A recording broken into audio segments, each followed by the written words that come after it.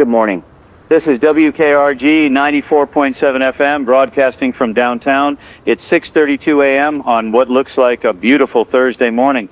Temperature sitting at about 68 degrees. Clear skies expected throughout the day, with highs reaching the mid-70s. Traffic on the interstate is moving smoothly for those of you heading into work early. No major accidents to report at this hour, though we're getting word of some unusual delays near the hospital district. We'll keep you updated on that. Coming up after the break, we'll have your weather forecast for the rest of the week and some thoughts on the City Council meeting scheduled for tonight. But first, let's get you started with some music to wake up to. That was Fleetwood Mac with Dreams. Good song to start your morning. It's 6:47 now, and I'm getting some interesting calls coming into the station. A few listeners reporting what they're describing as disturbances near the downtown medical center. Now, I want to be clear, we don't have confirmed details yet, but apparently there was some kind of incident early this morning. Police have been called to the scene. We're trying to get someone on the line from the department to clarify what's happening, but as you know, this early in the morning, official channels can be slow to respond. If you're heading toward downtown for work, you might want to consider alternate routes. Madison Avenue is reportedly blocked off between 5th and 8th. That's a pretty significant stretch. Could be an accident, could be something else. We'll find out. Let me check the news wire here. Nothing official yet, just local reports. Social media is lighting up a bit. Some people saying they saw ambulances, lots of police activity. One person claiming they heard gunshots, but that's unverified. You know how these things go? Somebody hears a car backfire, and suddenly it's a war zone. Let's not jump to conclusions. For now, just be aware, if you're driving through that area, take Harrison instead, or loop around on the bypass. Should save you some time anyway. It's 6:52. Let's get back to the music while we wait for more information. All right, that was the Eagles, Take It Easy. It's 7:04 a.m. and we're starting to get more information about the situation downtown. I've got the news desk pulling reports now. What we're hearing is that there was an incident at Sacred Heart Medical Center sometime around 5:30 this morning. Details are scarce, but it sounds like there was some kind of altercation in the emergency room. Now, hospitals are busy places, especially emergency rooms, so this could be anything. Domestic dispute, someone under the influence, mental health crisis. We've all seen it before. But here's what's unusual. The police response has been significant. We're talking multiple units, and from what I'm hearing, they've established a perimeter around the hospital.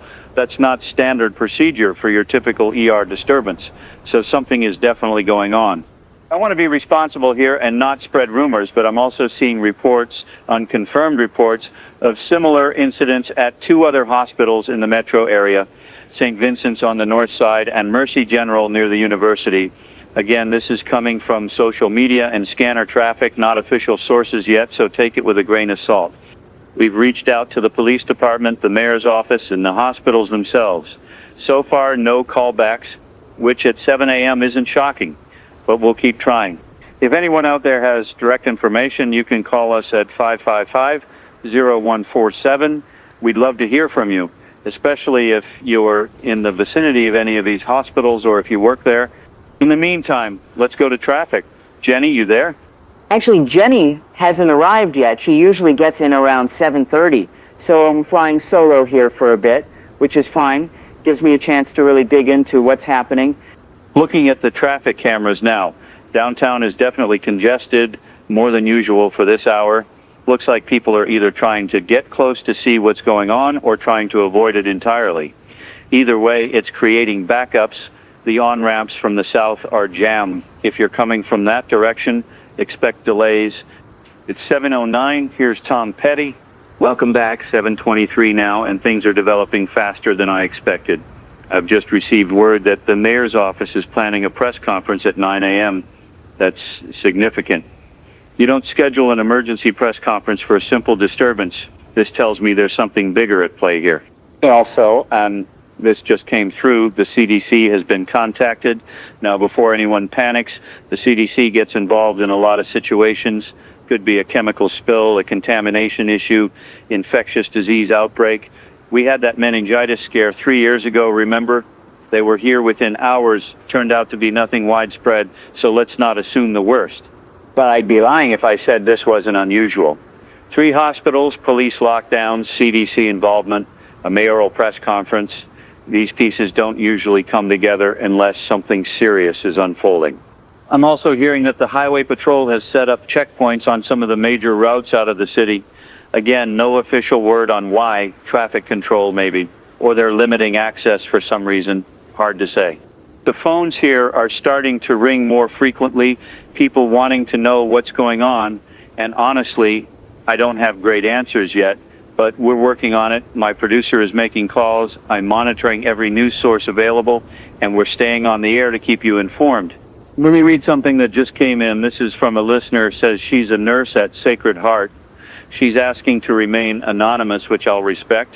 She says, and I'm quoting here, something is very wrong. We've been told to stay in our break room. There are people in hazmat suits in the ER. I've never seen anything like this. Please tell people to stay away from the hospital. That's chilling. Hazmat suits. That's not something you see for your average emergency. That's contamination protocol. Biological, chemical, radiological, something that requires serious protection. This is getting real, folks. I don't want to alarm anyone, but I also don't want to sugarcoat what we're hearing. If you don't need to be near downtown or near any of the hospitals, maybe stay clear for now, just until we know more. It's 7:31. Let's take a breath and hear from the police. That was every breath you take. Appropriate, maybe. It's 7:45 a.m. and I need to share something with you because it's all over the internet now and there's no point pretending it's not out there. Videos are being posted, shaky phone footage, people recording from apartment windows near Sacred Heart, and what they're showing is disturbing. There appear to be individuals, patients maybe, I don't know, acting in extremely violent and erratic ways. I'm talking about attacking people, biting, complete disregard for their own safety. One video shows someone being restrained by 4 police officers and they're still fighting, thrashing. Another shows someone walking despite what looks like a severe injury. I mean severe, and they're not walking normally. It's this stiff, lurching movement. Now, I want to be very clear. I'm not a medical professional. I don't know what causes this kind of behavior. Could be a bad batch of drugs, some synthetic thing that's hit the streets. Remember bath salts? That incident in Miami years ago? People do horrible things under the influence of certain substances. Could be that. Or it could be something else. An illness, a neurological condition. I don't know. But whatever it is, it's affecting multiple people across multiple locations. And that's a pattern we can't ignore. The CDC involvement makes more sense now. If this is a drug thing, they'd want to track the source. If it's biological, a disease, then containment becomes critical. I'm going to try the police department again. Hold on. Okay, I'm on hold. Let's see if anyone picks up. Still holding. You know, it's strange. Usually, even in emergencies, there's someone manning the phones. Public information officer, desk sergeant, someone, but it's just ringing and ringing. Let me try the mayor's office again. Same thing. Straight to voicemail. This is unusual. I've been in broadcasting for 17 years. Covered floods, tornadoes, civil unrest. There's always someone available to give a statement, even if it's just no comment or we're looking into it. This silence is more concerning than the reports themselves. It's 7:53 now. I think we need to stay on the air continuously until we have clarity.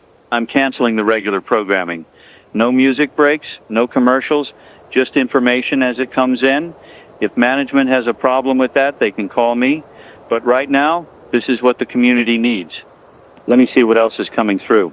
All right, there's a report from the north side now, near St. Vincent's. Multiple units responding to what's being called a mass casualty event. That's the term they use when there are numerous injuries all at once, like a building collapse or a bus accident. But there's been no accident reported, no structural failure. So what's causing mass casualties? And here's another thing. The language being used by first responders on the scanner, it's confused. I'm hearing things like subject still mobile despite multiple wounds and unable to subdue with standard measures. What does that mean? Standard measures would be physical restraint, maybe a taser if someone's combative. Are they saying those aren't working? There's also chatter about bites. Multiple people bitten. By what? By whom? Are we dealing with an animal attack? A pack of dogs? That would explain some of it, but not the hazmat suits, not the CDC. I'm going to be honest with you. I'm sitting here in this studio looking at my monitors, reading these reports, watching these videos, and I'm having trouble making sense of it. There's a disconnect between what I'm seeing and what I want to believe is happening. because what I'm seeing looks impossible. It looks like something from a horror movie, and that can't be real.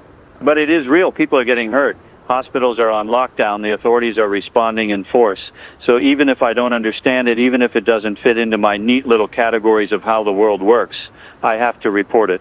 That's my job. It's 8:02 a.m. I need coffee.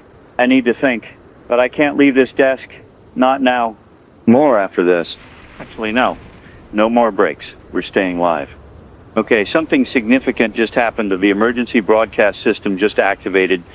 You probably heard that tone. I didn't trigger it. That came from somewhere else, federal level, maybe state, which means this has escalated beyond a local incident. Let me see if there's an accompanying message. Here it is. This is an emergency broadcast. Residents of the metropolitan area are advised to remain indoors. Avoid contact with individuals displaying erratic or violent behavior. Do not approach hospitals or emergency services locations. Further information will be provided at 9 a.m. by local authorities. This is not a drill. Remain indoors. Not a drill? They felt the need to specify that, because it sounds like a drill, doesn't it? It sounds like something you'd hear during a test of the system, but it's not.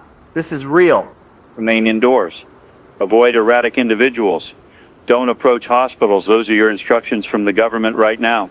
I'm looking out the window of the studio here. We're on the 8th floor of the Barker building right downtown. I can see the streets below. There are more people out than usual for this time on a weekday. Some are running, others are standing in groups, looking around, pointing. A few police cars just flew by, lights and sirens, and in the distance I can see smoke rising from somewhere near the hospital district. This is not normal. This is not a typical Thursday morning. It's 8:11. I'm going to try calling some people I know, other journalists, city officials, anyone who might have better information. Let me dial Rebecca at Channel 9. She's usually in early. It's ringing. Come on, Becca.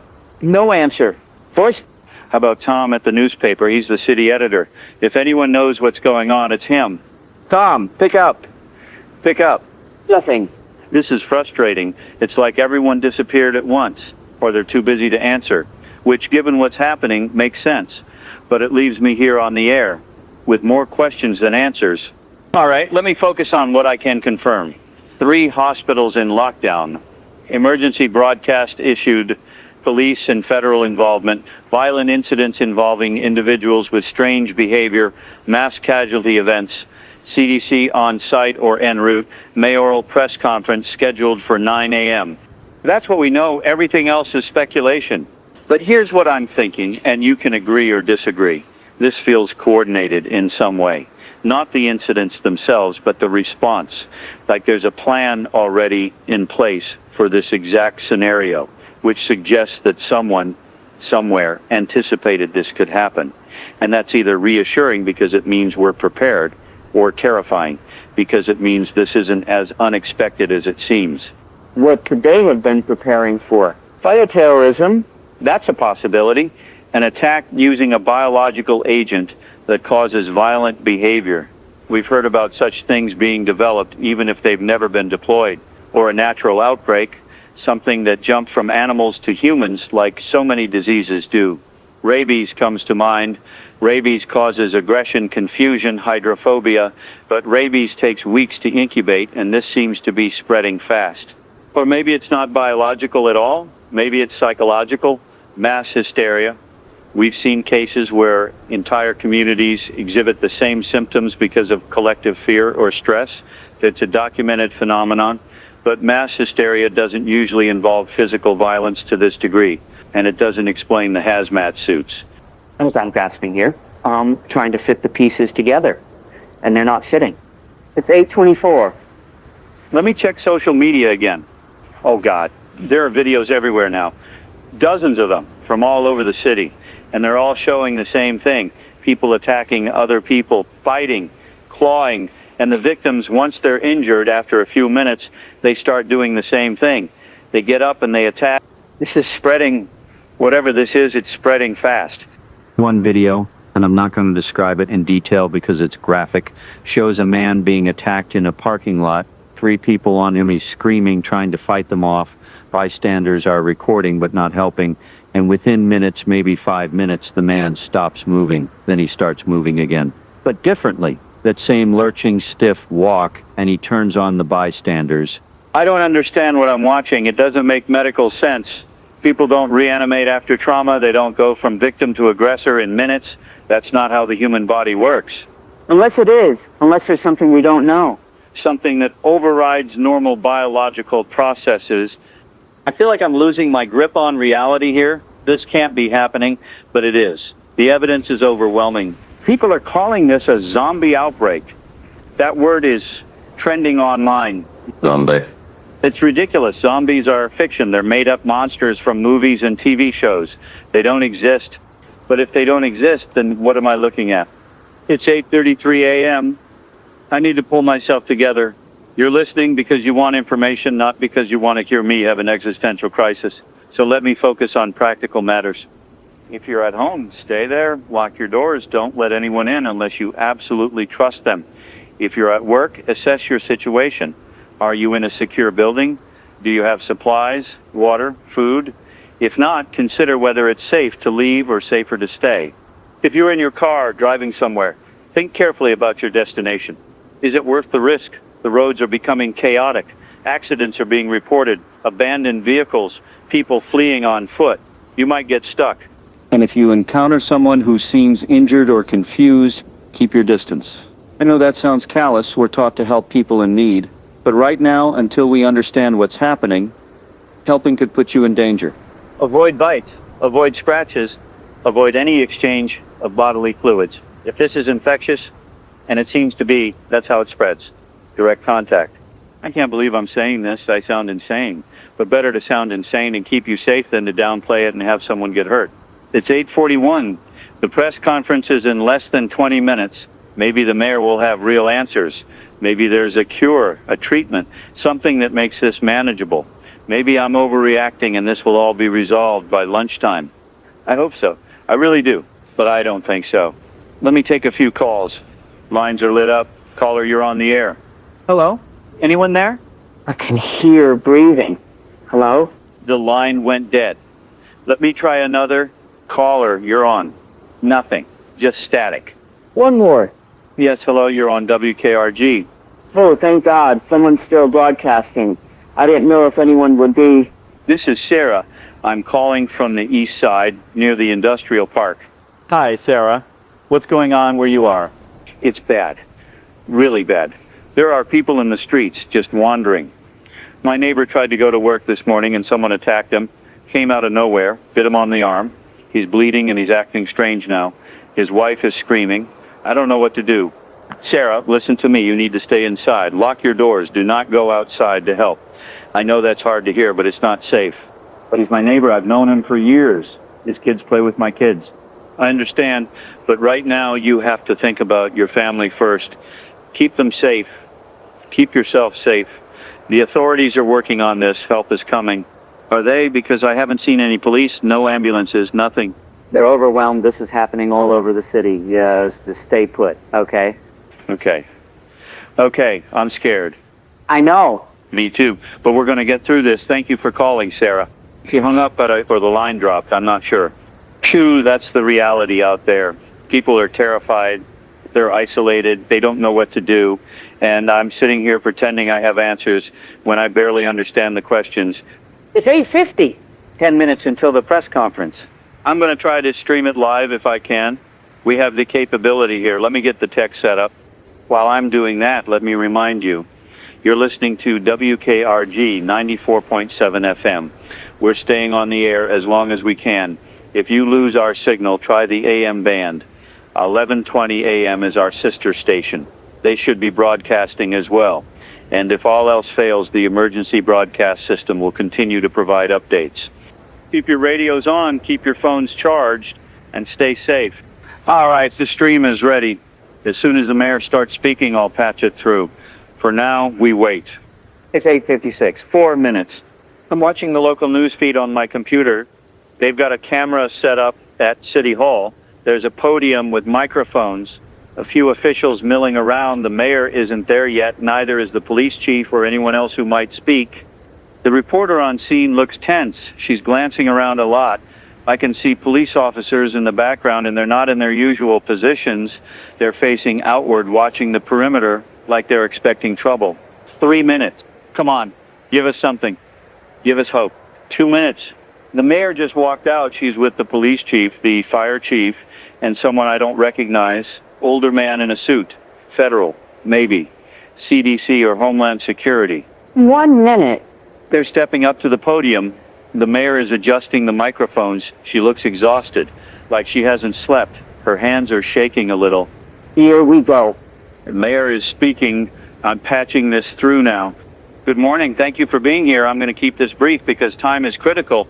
As many of you are aware, we are experiencing a public health emergency. Early this morning, several individuals exhibiting violent and erratic behavior were reported at hospitals and other locations throughout the city. We have since confirmed that this behavior is linked to an infectious agent, the exact nature of which is still being determined by the CDC and other federal agencies. This agent is transmitted through direct contact, specifically through bites or scratches. Once infected, individuals undergo a rapid change in behavior, becoming aggressive and dangerous. We do not yet have a cure or treatment, but we are working around the clock to understand and contain this outbreak. Effective immediately, the city is under a state of emergency. All residents are ordered to remain in their homes. Do not go to work. Do not attempt to leave the city. Roadblocks have been established on all major routes to prevent the spread of this infection to other areas. Essential services, including water and electricity, will continue to operate, but all non-essential businesses are closed until further notice. Emergency services are doing their best, but they are overwhelmed. If you call 911, there may be a delay in response. Please only call if you are in immediate life-threatening danger. For all other needs, stay tuned to local radio and television for updates. I want to be very clear about the severity of this situation. This is not a drill. This is not a precaution. This is a real and present danger. If you encounter an infected individual, do not engage. Run, hide, protect yourself and your loved ones. These individuals are not acting of their own free will. They are not themselves, and they are extremely dangerous. We will provide updates every hour. Additional resources are being deployed to the city as we speak. The National Guard has been activated and will arrive by this afternoon. We will get through this, but I need everyone to follow instructions. Lives depend on it. That's all I have for now. Thank you. And she's walking away. Reporters are shouting questions, but she's ignoring them. The police are ushering everyone back. The feed is cutting out. That was it. That was the press conference. And it confirmed our worst fears. Infectious agent. No cure. Rapid transmission. Violent behavior. Quarantine. This is real. This is happening. It's 9:07 a.m. I don't even know what to say. I feel numb. I've been joking in the back of my mind, calling this a zombie outbreak as a way to cope, to distance myself from the reality. But the mayor just said it. Not in those words, but that's what she described. An infection that turns people violent and spreads through bites. That's a zombie apocalypse. That's the thing we've seen in movies and laughed at because it was so absurd. And now it's here. I need a moment. I need to process this. But I can't because you're listening, because people need information. So I'll keep going. Let me break down what the mayor said. First, stay home. That's non-negotiable. You are under orders to stay indoors. If you're at work, you need to make a decision. Can you safely get home? Or is it safer to shelter in place? If you're close, if the streets are clear, go. But if you're far away, or if you'd have to travel through dangerous areas, stay where you are. Find a secure room, lock the door, wait. Second, the infection spreads through bites and scratches. That means close contact. If you keep your distance, if you avoid physical confrontation, you reduce your risk significantly. So don't be a hero. Don't try to save someone who's already infected. It's too late for them. And I hate saying that. It goes against every instinct, but it's the truth. Third, emergency services are overwhelmed. You're on your own for now. There's no cavalry coming in the next hour, maybe this afternoon when the National Guard arrives, but even then they'll prioritize certain areas. You have to rely on yourself and the people immediately around you. Fourth, this is being contained. The city is quarantined. No one in, no one out. That's for the greater good, to prevent this from spreading nationwide. But it also means we're isolated, cut off. Whatever happens here, we deal with it here. It's 9:15. I'm looking at the streets again. More chaos now. People are running, some toward their homes, I hope. Others just running aimlessly. I see a car crash at the intersection below. Two vehicles collided, and no one's getting out. I don't know if they're injured or if they're too scared to leave their cars. Either way, no one's coming to help them. There's a woman on the sidewalk stumbling. She's holding her arm, and there's blood, a lot of blood. She's looking around disoriented, and there's someone else approaching her, walking in that stiff, lurching way. Oh no. Oh God, she sees him, she's backing away. She's trying to run, but she's weak. He's faster than he should be. He's on her. I'm turning away, I can't watch this. This is hell. This is what hell looks like. It's 9:21 a.m. I'm going to try to focus on practical advice because that's what you need. Not my horror, not my despair. Solutions. If you're in an apartment building, be cautious. Apartments are communal. Shared hallways. Shared spaces. Infected individuals can get in if someone opens the main door. Make sure yours is locked. If you have neighbors you trust, check on them.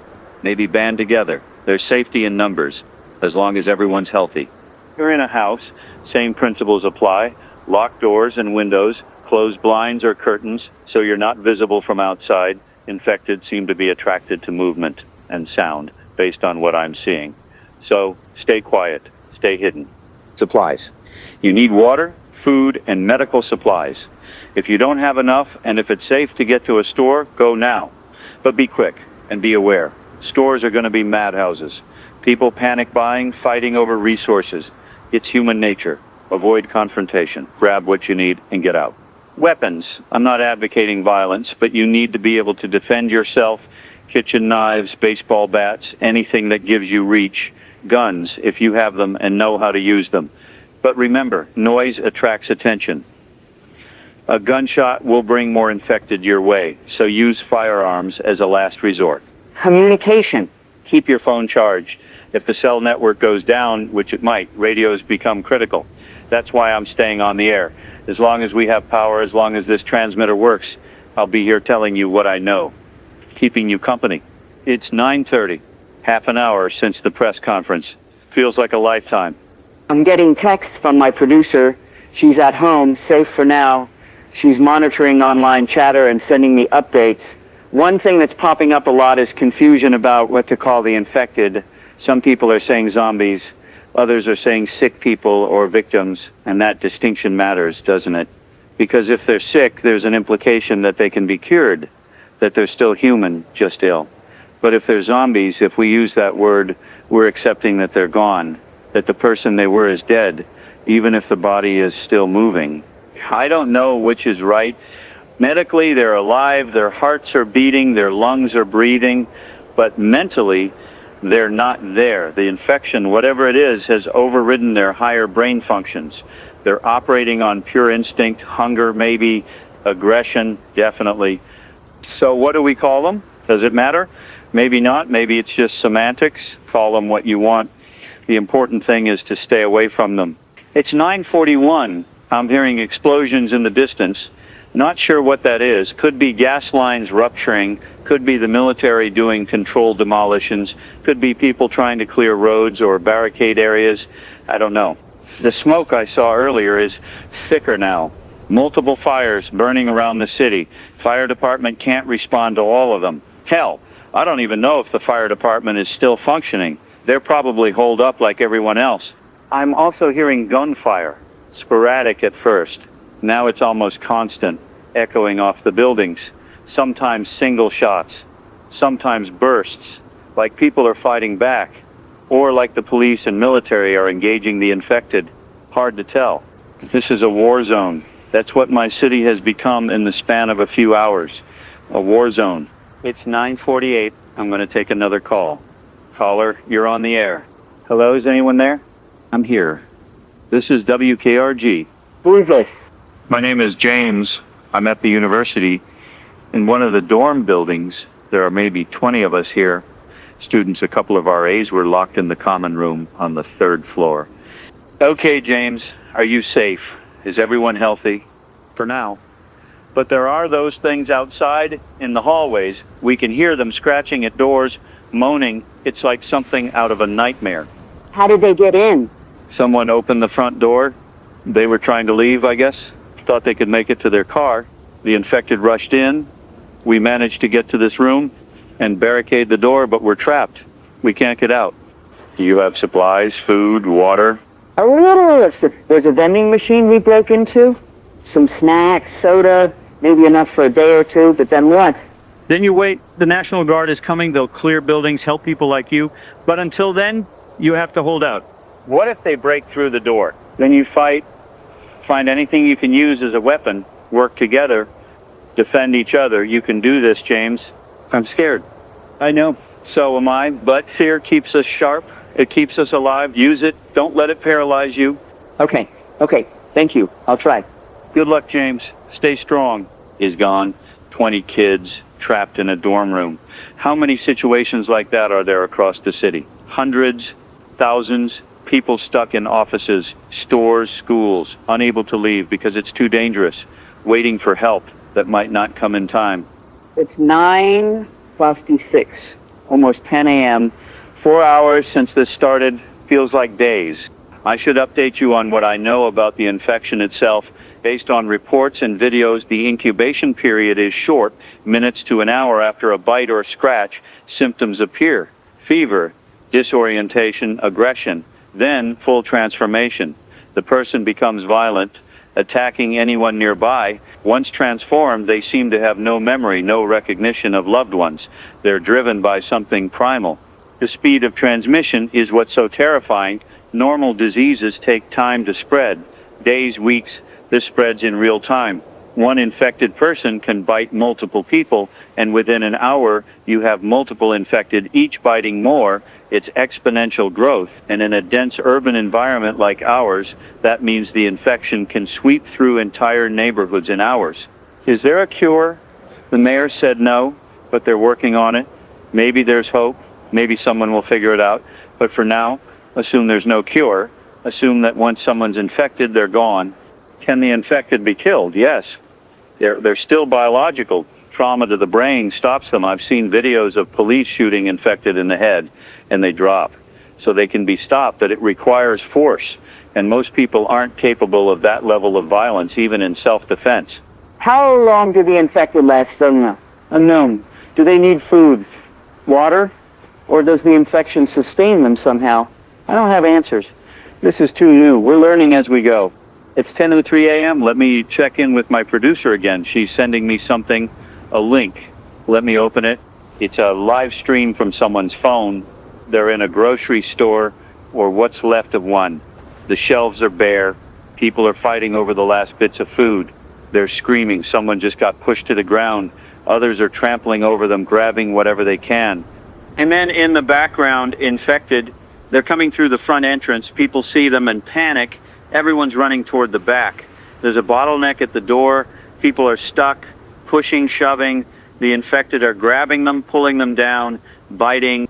The person filming is running too.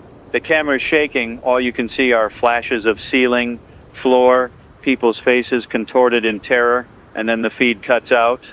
That's what happens when society breaks down. When fear overrides compassion, people stop being people. They become animals concerned only with their own survival. And in that chaos, more die. Don't go to stores. Not anymore. It's not worth it. Stay where you are. Kim's 10:14. I'm thirsty. I have a water bottle here, half empty. I'm rationing it. Don't know how long I'll be in this studio. Could be hours. Could be days. The building is secure, I think. We have key card access. But I'm alone here. The morning crew didn't show up. Can't blame them. They're probably at home with their families. Yeah, I could leave. Try to get to my apartment. It's only 2 miles from here. The 2 miles might as well be 200 right now. The streets aren't safe. And honestly, I think I'm more useful here on the air, doing what I can to help. So I'll stay for now. It's 10:22. Another update from the mayor's office. A recorded message being broadcast on all channels. Let me play it. This is Mayor Jennings. I want to provide an update on the situation. The National Guard is en route and will begin operations at approximately 2 p.m. Their objective is to establish safe zones where uninfected residents can gather. These zones will be secured, supplied, and defended. Once operational, We will announce their locations. Please make your way to the nearest safe zone if you are able to do so safely. If you cannot, remain sheltered in place. Do not take unnecessary risks. We are also working to restore full emergency services. Additional medical personnel and equipment are being brought in from surrounding states. Help is coming. Hold on. Stay strong. We will get through this together. That's the message. Safe zones. That's good. A place to go, a place to regroup. But it's also dangerous. Moving from wherever you are to a safe zone means exposure, means traveling through infected areas. And if everyone converges on these zones at once, it'll be chaos, crowds, panic, more opportunities for the infection to spread. You'll have to weigh the risks. Are you safer staying put or making a run for it? I can't answer that for you. It depends on your situation. 10:30. Let me take stock of where we are. 4.5 hours in. The city is quarantined. Hospitals are overrun or abandoned. Emergency services are barely functioning. Fires are burning unchecked. The streets are filled with infected and panicked civilians. The National Guard is hours away. Safe zones are being planned but not yet operational. And the infection continues to spread. Every minute, more people are bitten, more people transform, the numbers are growing, and we don't know how to stop it. Is this the end? Is this how civilization collapses? Not with a bang, but with a bite? I don't want to believe that. I want to believe we're resilient, that we'll adapt, fight back, survive. But I'm looking at the reality, and it's hard to stay optimistic. It's 10:39. I need to eat something. I have a granola bar in my bag. Let me grab it. Okay, eating, thinking, trying to stay calm. You know, I've thought about the apocalypse before. Who hasn't? It's a fun thought experiment when it's hypothetical. How would you survive? What skills do you have? Where would you go? But living it is different. There's no fun in this. Just fear and exhaustion and the constant hum of adrenaline. I keep thinking about my family. My sister lives across the country. Is this happening there too? Or is it just us? The mayor said they're containing it here, which suggests it's localized for now, but how long before it spreads? How long before every city is like this? And my parents, they're in a retirement community upstate, small place, gated. Maybe they're okay. Maybe the gates are keeping the infected out. I tried calling them earlier. No answer. Lines are jammed. I'll try again later. It's 10:48. More calls coming in. Let me take one. You're on the air. Hi, I know if you can help me. My name is Lisa. I'm at an office building downtown, 10th floor. There are infected in the building. We can hear them on the lower floors. We've blocked the stairwell door, but I don't think it'll hold forever. How many people are with you? 5, including me. Do you have a way to signal for help? Windows you can open? The windows don't open. They're sealed. We tried breaking one, but it's reinforced glass. We can't get through it. Okay. What about the roof? Is there access? Maybe there's a door marked roof access, but it's locked. We'd need a key or something to break the lock. Try to break it. Get to the roof. You'll be more visible there. When helicopters or rescue teams come, they'll see you, and you'll be away from the infected. What if we can't break the lock? Then you barricade and wait. Move furniture, anything heavy, in front of the stairwell door. Make it as difficult as possible for them to get through, and stay quiet. Don't draw attention. How long do we wait? Until help comes. I know that's not a great answer, but it's the best I have. All right, thank you. Good luck, Lisa. Another group of people trapped, another impossible situation. It's 10:57, almost 5 hours since this began. The sun's higher now. It's a beautiful day outside, blue sky, light breeze. You'd never know there was an apocalypse happening if you just looked at the sky. But down here on the ground, it's hell. I'm wondering how long the power will last. The station runs on the city grid with backup generators, but if the power plant workers abandon their posts, if the infrastructure starts failing, we'll lose electricity. And when that happens, we lose everything. No lights, no computers, no transmitter. I'll stay on the air as long as I can, but it won't be forever. It's 11:04. Let me talk about something practical. Communication. If you lose phone service, if the internet goes down, how do you stay in touch with loved ones? Radios are one option. Walkie-talkies, ham radios, CB radios. If you have them, use them. Coordinate with neighbors, family members. Establish check-in times so you know everyone's okay. Written messages are another option. If you need to leave your location, leave a note. Tell people where you're going, when you left. It's old-fashioned, but it works. And signals. If you're in a building and you want to indicate you're alive and need help, hang something visible from a window, a white sheet, a brightly colored cloth. Rescuers will see it and know someone's inside. And these are small things, but in a situation like this, small things matter. It's 11:13. I'm hearing helicopters, military, probably, flying over the city. I can't see them from here, but the sound is unmistakable. That's a good sign. Means the federal response is ramping up. Maybe they're surveying the situation, figuring out where to deploy resources, or maybe they're already starting rescue operations. Either way, it's something. It's hope. It's 11:21. I want to address something I've been avoiding. What happens if someone you love is infected? What do? The honest answer is, there's nothing you can do. They're gone. The person you knew is no longer there. And keeping them around, hoping they'll recover, puts you in danger. Because they will attack you. They won't recognize you. They won't care that you love them. So you have two options. You isolate them, lock them in a room, keep them contained. Maybe eventually there'll be a cure, and you'll have saved them. But that's a gamble.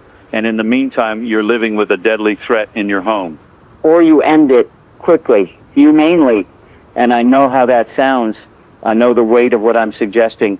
But sometimes the kindest thing you can do for someone is let them go, especially if the alternative is watching them suffer and eventually putting yourself at risk. I don't envy anyone who has to make that choice. It's impossible. There's no right answer, just the least wrong one. It's 11:30 a.m., 6 hours in, halfway through the first day. Let me give you another update. Based on what I'm seeing and hearing, the infection has spread to most parts of the city. Downtown is heavily affected. Residential neighborhoods less so, but it's growing. The outskirts, rural areas might still be relatively safe. If you're there, stay there. Don't come into the city. The highways are blocked, both by authorities and by abandoned vehicles. People tried to flee early on and got stuck in traffic. Some were attacked in their cars, others ran out of gas and had to continue on foot. It's a mess out there. So if you were thinking of leaving, forget it. You're not getting out by car. On foot, maybe, if you're desperate, but it's risky. Miles of open ground, infected everywhere. You'd need supplies, weapons, and a lot of luck. Most people are better off staying put. It's 11:41. I'm going to take a break. Just a few minutes. I need to use the restroom. Stretch my legs. I'll leave the microphone open so you'll hear if anything happens. But I need this. I've been sitting here for 6 hours straight. My back is killing me. Be right back. Okay, I'm back. It's 11:49. Nothing happened while I was gone. The building's still quiet. I walked down the hall, checked the other offices. Empty. Everyone's gone. It's eerie. Being alone in a place that's usually bustling with people. I looked out a different window, one facing north. I could see a highway overpass in the distance. There's a fire on it, a vehicle, maybe multiple vehicles burning, and there are figures moving around it. Could be people, could be infected. From here, I can't tell. Everything looks small from up here, distant, almost abstract. But I know it's not. I know that each one of those figures is a person, or was a person, someone with a life, a family, dreams, and now they're part of this nightmare. It's 11:57, almost noon. The mayor said the National Guard would arrive around 2 p.m. That's 2 hours from now. Can we hold on for 2 more hours? Can the people trapped in buildings and homes and cars, can they last? Yeah, I think most can. The infection spreads fast, but there are still pockets of safety. The places the infected haven't reached yet, and people are resourceful. They're barricading, hiding, fighting when they have to. We're not defeated yet. It's 12:04 p.m. Lunchtime. On a normal day, I'd be thinking about where to grab a sandwich. Maybe that deli down the street, the one with the good pastrami. Now I'm eating a granola bar and trying not to think about how hungry I am. Funny how your priorities shift. This morning I was worried about traffic and weather. Now I'm worried about staying alive, about keeping you alive. It's a hell of a shift. It's 12:12. Let me take another call. Caller, go ahead. Yes, hello? This is Dr. Patel. I'm a physician at Mercy General. I'm calling from inside the hospital. Dr. Patel, thank you for calling. What's the situation there? It's catastrophic. The ER was overrun within the first hour. Patients, staff, everyone was infected. We tried to contain it, but there were too many. I'm in a locked office on the 4th floor with a few nurses. We've been here for hours. Have you learned anything about the infection? Anything that could help? A little from what we've observed. The infection affects the brain, specifically the frontal lobe and the limbic system. It shuts down higher cognitive functions and amplifies aggression and predatory instincts. It's like the brain is rewired to hunt. Is there any treatment? Anything that slows it down? We tried antibiotics, antivirals, sedatives. Nothing worked. Once the infection takes hold, it's irreversible, at least with what we have available here. Maybe a specialized lab with advanced resources could find something, but we can't. What about prevention? Is there a vaccine? Not that I know of. The CDC might be working on one, but that takes time. Months at least. We don't have months. So what do we do? Avoid infection. That's it. Don't get bitten. Don't get scratched. And if someone in your group is infected, isolate them immediately before they turn. Thank you, Dr. Patel. That's valuable information. Stay safe. I'll try. You too. So there you have it. Straight from a doctor. No cure, no treatment, no vaccine. Just avoidance. That's our strategy. It's 12:23 p.m. I'm updating the mental checklist of what we know. Infection spreads through bites and scratches. Incubation is rapid, minutes to an hour. It affects the brain, causing aggression and loss of cognitive function. No cure exists. The infected can be stopped with trauma to the brain. Avoid contact, stay isolated, wait for help. That's the playbook. Simple, but not easy. It's 12:31. The helicopters are back. More of them this time. I can see them now flying low over the city. Black military style. Some are circling, others are landing, probably at the convention center or the stadium. Big open spaces that can serve as staging areas. This is it. The cavalry's arriving 2 hours earlier than expected. That's a good sign. Means they're taking this seriously. Means they're mobilizing fast. Maybe things are about to turn around. It's 12:39. I'm getting a message from the emergency broadcast system. Let me read it. Attention all residents. The National Guard has arrived and is establishing safe zones at the following locations: City Convention Center, Memorial Stadium, Lincoln High School, and St. Mark's Church. These zones are now operational. If you are able to travel safely, proceed to the nearest safe zone. Bring identification and any essential supplies. Do not bring weapons into the safe zones. Security personnel will be on site to screen entrance and maintain order. Stay calm. Help has arrived. 4 safe zones. That's more than I expected. And they're spread out, which is smart, gives people options, reduces crowding at any single location. But the part about not bringing weapons concerns me. I understand the reasoning. You don't want armed civilians in a crowded, tense environment, but you're also asking people to disarm themselves while traveling through a city full of infected. That's a tough sell. Still, if you want the protection and resources of a safe zone, you follow their rules. It's 12:48. I imagine people are gearing up to move now, packing bags, saying goodbye to homes they might not see again, steeling themselves for the journey. It's a gamble.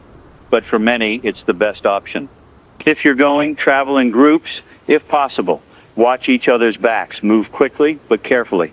Avoid main streets where infected are likely to be concentrated. Stick to alleys, side streets, anywhere less obvious. And if you encounter infected, don't engage unless you have to. Run. Escape is always better than fighting. It's 12:56, 1 p.m. approaching. 7 hours since the outbreak began. It feels like a week. I keep thinking about time. How it stretches and compresses. This morning, minutes felt like seconds. Everything was happening so fast. Now it's the opposite. Each minute drags. Maybe because the initial shock has worn off and we're settling into this new reality. Or maybe because I'm exhausted and time always feels slower when you're tired. It's 1:03 p.m. Let me check the news feeds. National outlets are covering this now. We're the lead story on every channel. They're showing aerial footage of the city. You can see the fires, the abandoned cars, the people moving through the streets. Some reporters are calling it the worst disaster in modern history. Others are comparing it to pandemics of the past, the Black Death, the Spanish flu. But those spread over months and years. This is spreading over hours. There's also speculation about the origin. Was it man-made, a lab accident, bioterrorism, or natural? A virus that mutated and jumped to humans? No one knows yet. And honestly, does it matter? The outcome is the same. People are dying. Civilization is crumbling. Knowing the cause won't change that. It's 1:14, more calls. Caller, you're on. This is Marcus. I'm heading to the convention center. I'm on 5th Street right now. There are infected everywhere. I'm hiding behind a dumpster. I don't know if I can make it. Marcus, stay calm. How far are you from the convention center? Maybe half a mile, but it feels like 100. Okay. Look around. Do you see any buildings you can get into anywhere safer than where you are? There's a bank across the street. Looks like the doors are closed, but maybe I can get in. Try it. Move fast. Once you're inside, find a place to hide and wait until the streets clear a bit. What if they don't clear? They will. The National Guard is out there. They're clearing routes to the safe zones. Just give it some time. All right, I'm gonna go for it. Wish me luck. Good luck, Marcus. I hope he makes it. It's 1:23. I'm hearing more gunfire now. Sustained bursts. That's the military engaging the infected. They're clearing the streets, making paths to the safe zones. It's brutal work. Every shot represents an infected being put down. An infected who used to be a person, someone's neighbor, coworker, friend. But it has to be done. There's no other way. It's 1:31. The sun's past its peak. Afternoon now. The light has that golden quality, warm and soft. It's strange how nature continues indifferent to human suffering. The sun rises and sets. Birds still fly. Trees still sway in the breeze. It doesn't care that we're tearing ourselves apart down here. Maybe that's comforting. A reminder that the world is bigger than us. That even if we destroy ourselves, life will go on in some form. It's 1:39. Another update from the mayor's office. This is Mayor Jennings. I'm pleased to report that the safe zones are operational and receiving residents so far. Over 2,000 people have made it to safety. We are providing food, water, medical care, and shelter. We are also coordinating with federal agencies to expand our response. Additional National Guard units are arriving throughout the day. Our goal is to clear the city block by block and eliminate the infected threat.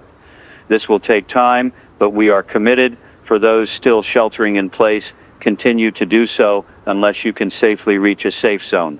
We will come to you, I repeat, we will come to you. Do not give up hope. We are in this together. 2,000 people in the safe zones. Out of a city of what? 500,000? That's a tiny fraction. Where is everyone else?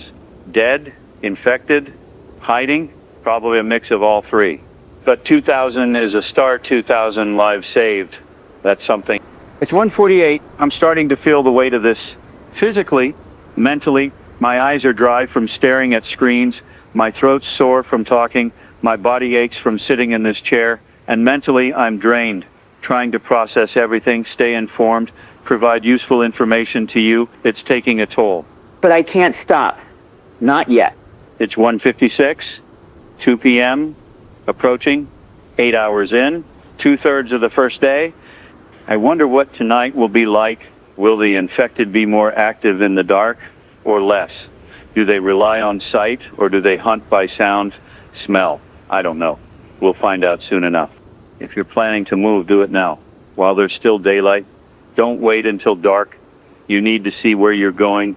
See the infected before they see you. Darkness is their advantage, not yours. It's 2:04 p.m. I'm going to take another break, just a quick one. I need to splash some water on my face, clear my head. Back in a moment. Okay, 2:11, I'm back, feeling slightly more alert. I raided the break room, found some instant coffee. It's terrible, but it'll do. While I was gone, I checked my phone. Still no word from my parents. I'm trying not to let it get to me. They're probably fine. Probably. I'll keep trying. It's 2:18. Let me shift focus for a moment. Let's talk about the psychological side of this, because surviving physically is one thing, surviving mentally is another. You're scared. That's normal. Fear is your body's way of keeping you alert, ready to react, but too much fear becomes panic, and panic gets you killed. So you need to manage it. Breathe. Slow, deep breaths. Focus on what you can control. your actions, your environment, not the bigger picture, because that's overwhelming. You're also probably grieving for the world that was, for people you've lost or might lose. That grief is real and valid, but you can't let it consume you. Not yet. Survival first, grief later. And you might feel guilty. Survivor's guilt. Why am I alive when others aren't? Why did I make it when they didn't? That's natural, but it's also unproductive. You're alive because of choices you made. Luck, a combination of factors.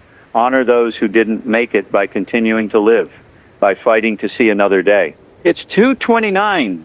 A text from my producer. She's saying her neighborhood is under attack. Infected, broke through a barricade. People are running, trying to get to the safe zone at Lincoln High. She's shutting down her computer, grabbing her stuff and going. I told her to be careful, to stay safe. She said she'd try. Then she said, thanks for staying on the air, people need you. And now I'm tearing up, because she's right. People need this. They need a voice, a presence, something stable in the chaos. And I can provide that, even if I'm scared. Even if I'm falling apart inside, I can do this. It's 2:37, pulling myself together. Let's keep going. The National Guard is making progress. According to reports, they've cleared several major routes. The roads to the convention center and Memorial Stadium are mostly secure now. That means more people can get to safety. That's good. They're also setting up checkpoints throughout the city. Places where civilians can stop, get screened for infection, receive supplies, and then continue to a safe zone or return home if they choose. It's a smart strategy. Provide support without forcing everyone to evacuate. It's 2:46. I'm looking at a map of the city, mentally marking where the safe zones are, where the checkpoints are, where the heaviest concentrations of infected are likely to be. If I had to leave this building, where would I go?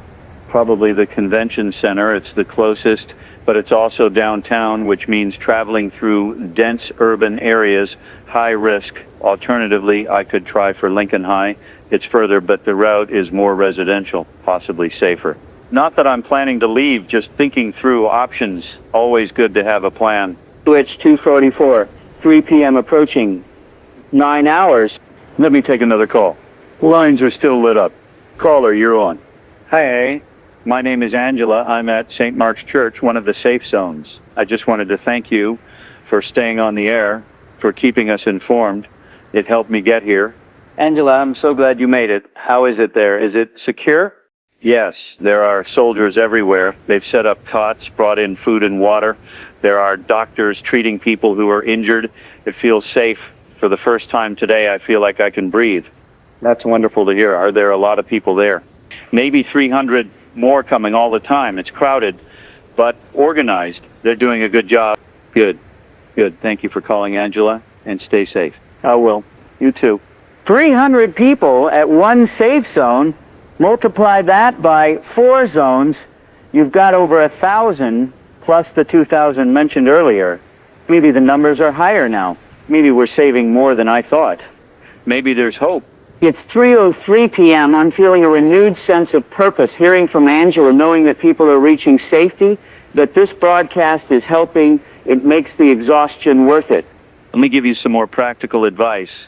If you're in a safe zone, follow the rules. Listen to the authorities. They're there to help, but they need your cooperation. Don't hoard supplies. Share with those who have less. Look after each other. Community is what will get us through this. If you're still out there, still trying to reach safety, pace yourself. Don't run unless you have to. Running burns energy and makes noise. Walk briskly. Stay aware of your surroundings. And if you see a group of people heading in the same direction, join them. There's safety in numbers. It's 3:14. The gunfire has decreased. Either the military has cleared most of the infected from key areas, or the infected have moved elsewhere. Either way, it's quieter. That's good. I'm also hearing reports of people organizing in their neighborhoods, setting up their own barricades, patrols, communication networks, basically creating mini safe zones. The authorities can't be everywhere, so people are taking matters into their own hands.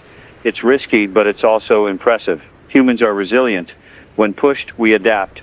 It's 3:23. Let me talk about long-term survival, because even if we get through today, this isn't over. The infection is still out there. The city is damaged, infrastructure is failing.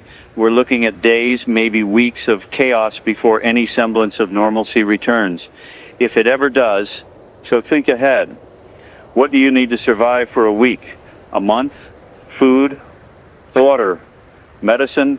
How will you get these things if stores are closed or looted? Do you have a garden? Can you purify water? Do you have skills like first aid, carpentry, mechanics? Start thinking about these things, because the initial crisis is one thing, the aftermath is another, and we need to be ready. It's 3:32. I'm getting word that a 4th National Guard unit has arrived. They're setting up the command center at the old armory. This is becoming a full-scale military operation, which makes sense. You can't fight an outbreak of this magnitude with just local resources. You need federal support, and it looks like we're getting it. There's also talk of bringing in scientists, epidemiologists, virologists, neurologists. They're going to study the infection, try to understand it, maybe find a cure or a vaccine, but that's a long-term goal. For now, the focus is containment and rescue. It's 3:41, 4 p.m. approaching, 10 hours.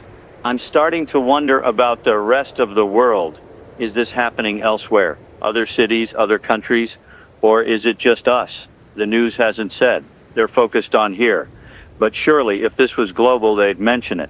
Unless communication is breaking down everywhere, unless every city is dealing with its own crisis and there's no bandwidth to report on others. I don't know. And not knowing is terrifying. It's 3:49. Let me take another call.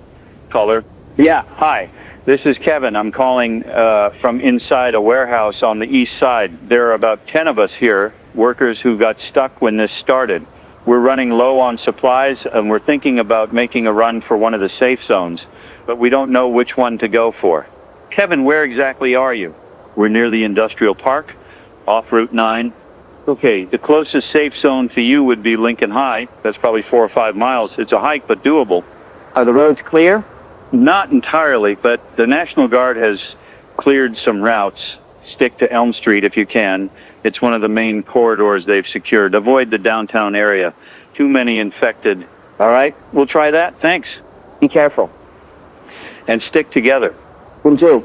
Another group making the journey. I hope they make it. It's 3:58, 4 p.m., 10 hours since the outbreak began.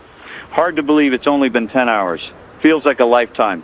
Let me give you a summary of where we are. The infection has spread throughout the city, but containment efforts are underway. 4 safe zones are operational and receiving survivors. The National Guard is on the ground, clearing streets and securing key areas. Checkpoints have been established to provide support to those still outside the safe zones. Fires are still burning in some areas, but emergency services are beginning to respond. Communication networks are strained but functional, and people are adapting, organizing, surviving. It's not good, but it's not hopeless. It's 4U17. I'm hearing helicopters again. This time they're dropping supplies. I can see parachutes in the distance drifting down. Food, water, medical supplies, probably for people who can't reach the safe zones. That's a smart move. Keeps them alive, keeps them in place, reduces the risk of them moving through infected areas. Wonder if they'll drop supplies here. Probably not. The downtown area is considered high risk. But maybe. It's 4:16. My phone just buzzed. A text from an unknown number. It says, "Are you okay? This is Tom from the newspaper. Haven't heard from you. Let me know you're alive." I text back, "I'm at the station, still broadcasting. How are you?" He replies almost immediately, "At the safe zone in the stadium. It's packed, but safe. Keep doing what you're doing. People are listening." That's good to hear. Tom's safe, and people are listening. That's all I can ask for. It's 4:24. Let me talk about the infected again, because understanding them is key to surviving them. They're driven by aggression. They attack anything that moves, but they're not strategic. They don't plan, don't coordinate. They just react. That's an advantage for us. We can outsmart them, outmaneuver them. They're also drawn to noise. Loud sounds attract them. So stay quiet. If you need to move, do it silently. And if you need to create a distraction, use noise to draw them away from where you want to go. They seem to be stronger than normal humans. Adrenaline maybe, or something about the infection. They can break through doors, overpower people. so don't underestimate them. And they don't feel pain. You can injure them, and they'll keep coming. The only way to stop them is to destroy the brain. Remember that. It's 4:33. I'm feeling hunger now. Real hunger. The granola bar and coffee aren't cutting it. I need real food, but I don't have any. The break room had some snacks, but I already went through those. I could leave, try to find food, but that's risky. And honestly, I don't want to leave the air. What if someone calls in and needs help? What if there's an important update and I'm not here to relay it? I'll tough it out. Hunger won't kill me. Not today. It's 4:42. Another update from the mayor's office. This is Mayor Jennings. As of 4:30 p.m., we have successfully evacuated over 5,000 residents to safe zones. That number continues to grow. Our military and emergency personnel are working tirelessly to rescue those still in danger. We have also begun clearing infected from key areas of the city. This is dangerous, difficult work, but it is necessary. I want to commend everyone who has shown courage and resilience today. You are the reason we will survive this. To those still sheltering in place, help is coming. Do not lose hope. We will not abandon you. Stay strong. 5,000 people. That's 10% of the city's population, assuming we had 500,000. Where are the other 90%? Some are hiding, surviving on their own. Some are infected, and some are dead. Those numbers are hard to think about, so I'll focus on the 5,000, on the lives saved. That's what matters. It's 4:51. 5 p.m. approaching. 11 hours. The shadows are getting longer. The sun is starting its descent. In a few hours, it'll be dark, and I don't know what that means for us. Will the infected be more active? Will the darkness embolden them? Or will it give us cover, a chance to move unseen? I guess we'll find out. It's 4:45 p.m. 11 hours since this started. Let me take another call. Caller, you're on. Hi, I'm calling from inside my apartment. I've been here all day. Haven't seen anyone. Haven't heard anything. Is it safe to go outside? Where are you located? West side, near the park. The west side has been relatively quiet, but that doesn't mean it's safe. If you don't need to go outside, don't stay where you are. I'm running low on food. I was thinking about going to the corner store. Is the store closed? Can you see it from your window? Yeah. It's across the street. Look at it. Do you see any movement? Any signs of people or infected? No. It looks empty. Okay. If you absolutely need food, go. But move fast. Get in, grab what you need, get out. And if you see anything suspicious, anything at all, run back to your apartment. All right, I'll try. Good luck. It's 8:05. People are venturing out more now, trying to resupply, check on neighbors, get a sense of their surroundings. It's natural. Humans aren't meant to hide indefinitely. We need to move to act. But every time someone goes outside, they're rolling the dice. And not everyone will roll well. It's 5:17. I'm watching the sunset through the window. The sky's turning orange and pink. Beautiful. Almost makes you forget what's happening down below. Almost. It's 5:26. Dusk now. The light's fading. In another hour, it'll be fully dark. I need to prepare. The studio has lights, obviously. But if the power goes out, I'll need alternatives. Flashlights, candles. I think there are some in the supply closet. Let me check. Found them. A couple of flashlights, batteries, some candles. Not a lot, but enough to keep going if the power fails. It's 5:34. I'm also thinking about security. The building's locked, but is it secure? Could infected get in? The ground floor has glass doors, reinforced but not unbreakable. If a group of infected decided to attack, could they get through? Probably, eventually. That I'm on the 8th floor. Even if they got into the building, they'd have to climb 8 flights of stairs. And from what I've seen, infected aren't great at navigation. They'd probably get stuck somewhere along the way. Still, it's a concern. I'll keep the studio door locked, and I'll keep something heavy nearby, just in case. It's 5:43. Darkness is settling in. The streetlights are coming on, most of them anyway. Some are out, either damaged or the power's cut in those areas. The city looks different at night. Quieter, more ominous. Like a ghost town. It's 51. 6 p.m. approaching. 12 hours. Half a day. This is a milestone. We've survived half a day. And yes, survived might be generous. Many haven't. But for those of us still here, still breathing, it's an accomplishment. It's 5:59. 6 p.m., 12 hours. Let me mark this moment. 12 hours ago, this was a normal city. People were waking up, getting ready for work, living their lives.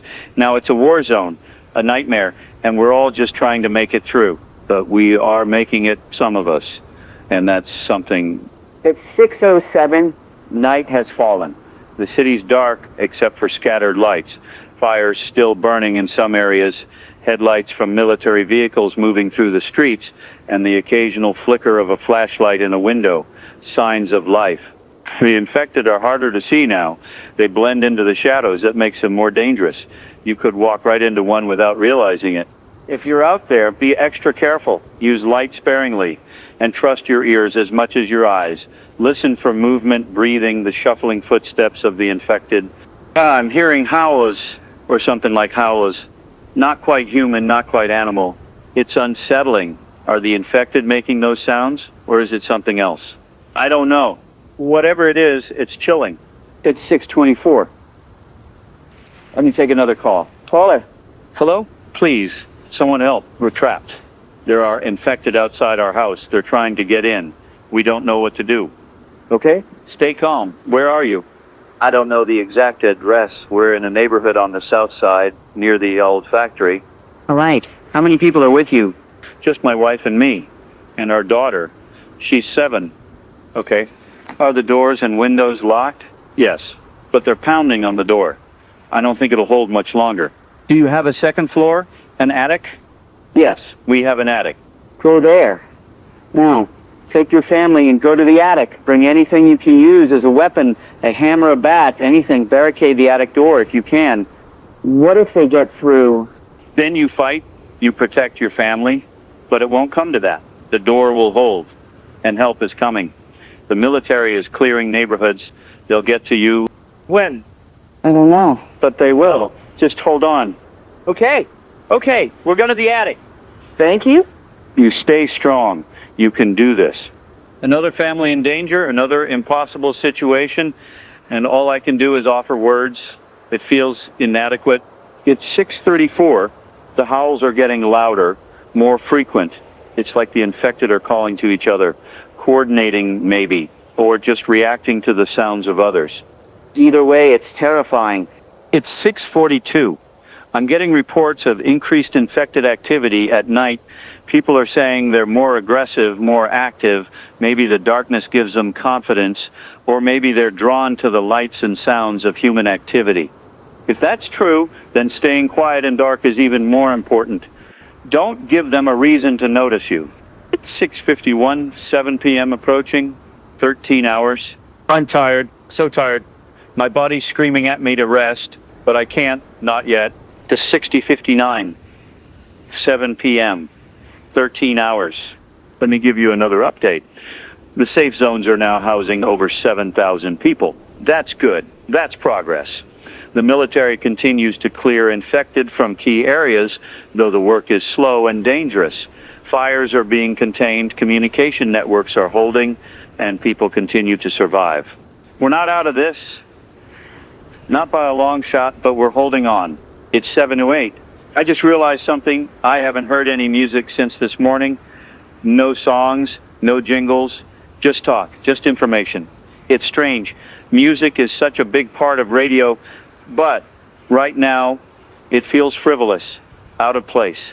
Maybe later, when things calm down, I'll play something hopeful, but not now. It's 7:17. Let me talk about hope, because I think we need it. Hope isn't about denying reality. It's not about pretending everything's fine when it's not. Hope is about believing that things can get better, that we can make them better. And right now, despite everything, I still have hope. I hope that a cure will be found, that the infected can be saved. I hope that the safe zones will grow, that more people will reach safety. I hope that tomorrow will be better than today. And I hope that eventually we'll rebuild, that we'll learn from this, become stronger, more resilient.